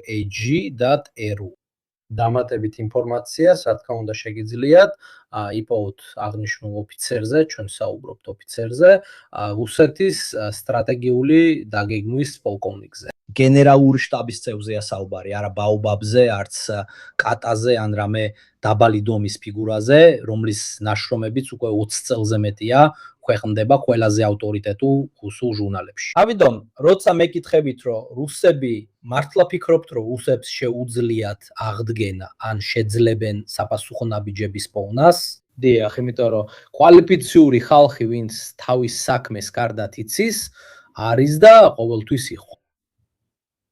ეს არის პოლიტიკური კლასი, რომელმაც სრულიად არასწორი არჩევანი გააკეთა. ან ისინი შევიდნენ იმ ცნობილ მექანიზმში, სადაც ლიდერს, რომელსაც არ უნდა არასწორი რამეები მოისმინოს, ყოველთვის ეუბნებიან, რომ მართალია. და სწორედ ეს ამბები მიეწოდა პუტინს. დაბრუნდით და ნახეთ ლაივი, რომელიც გავაკეთეთ პოლკოვნიკ სტიპესთან ერთად, სადაც ვანვიხილეთ როგორც ევროპული, ამერიკული, ისე რუსული დაზვერვის შეცდომები შეფასებებში. უკრაინული ბრძოლისა და თავდაცვის ტაქტიკებები, რადგან არც ევროპელები, არც ამერიკელები, არც რუსები ფიქრობდნენ, რომ უკრაინელები იბრძოლებდნენ რამდენიმე ოფიცრის გარდა, როგორც ეს. თუ წაიკითხავთ ამ სტატიას, საოცარია ის, რასაც ის აღწერს. ამიტომ გირჩევთ წაიკითხოთ ეს სტატია, რადგან ზუსტად აღწერს იმას, რომ უკრაინელები იბრძოლებენ, რომ ბრძოლა 2014 წლიდან მიმდინარეობს. დიახ. ამან გავლენა იქონია სიძულვილზე, სინამდვილეში ის ამბობს, რომ 2014 წლის დონბასის მოვლენებმა უკრაინაში ისეთი სიძულვილი დათესა, რომ ეს წინააღმდეგობას აძლიერებს. დამპყრობლისადმი სიძულვილი არის პირველი ფაქტორი, რომელიც კიდევ უფრო აძლიერებს წინააღმდეგობას. ის ამბობს ერთ ძალიან მნიშვნელოვან რამეს, რასაც მე ყოველთვის ვამბობდი. უნდა გვახსოვდეს ალექსანდრ სუვოროვის ნება. ალექსანდრ სუვოროვის სიტყვებით. არასოდეს უნდა შეაფასო შენი მტერი. და არ უნდა ჩათვალო ის არც შენზე უფრო სულელად და არც შენზე უფრო სუსტად. დიმიტრა. და მე ეს არასდროს გამიკეთებია. მაშასე, მადლობა ყველას. წაიკითხეთ სტატია, ძალიან კარგია. საინტერესოა, იტალიურ ვერსიაც გამოაქვეყნე X-ზე, მათთვის, ვისაც არ უნდა ავტომატური თარგმნელის გამოყენება და ასე შემდეგ, მაგრამ დიახ, რადგან ეს არ არის ატლანტისტური ან ნატოს პროპაგანდისტური რამ, ეს იყო მოსაზრება. ეს იყო, ჩემი აზრით, შესანიშნავი რუსი სტრატეგიული დაგეგმვის ოფიცრის მოსაზრება, რომელმაც პრაქტიკულად იძინასწარმეტყველა, რომ ეს სისხლის აბაზანა იქნებოდა. მადლობთ ყველას და ალბათ 29-ში, უფრო სწორად კი 30-ში შევხვდებით. თამემშვიდობისა.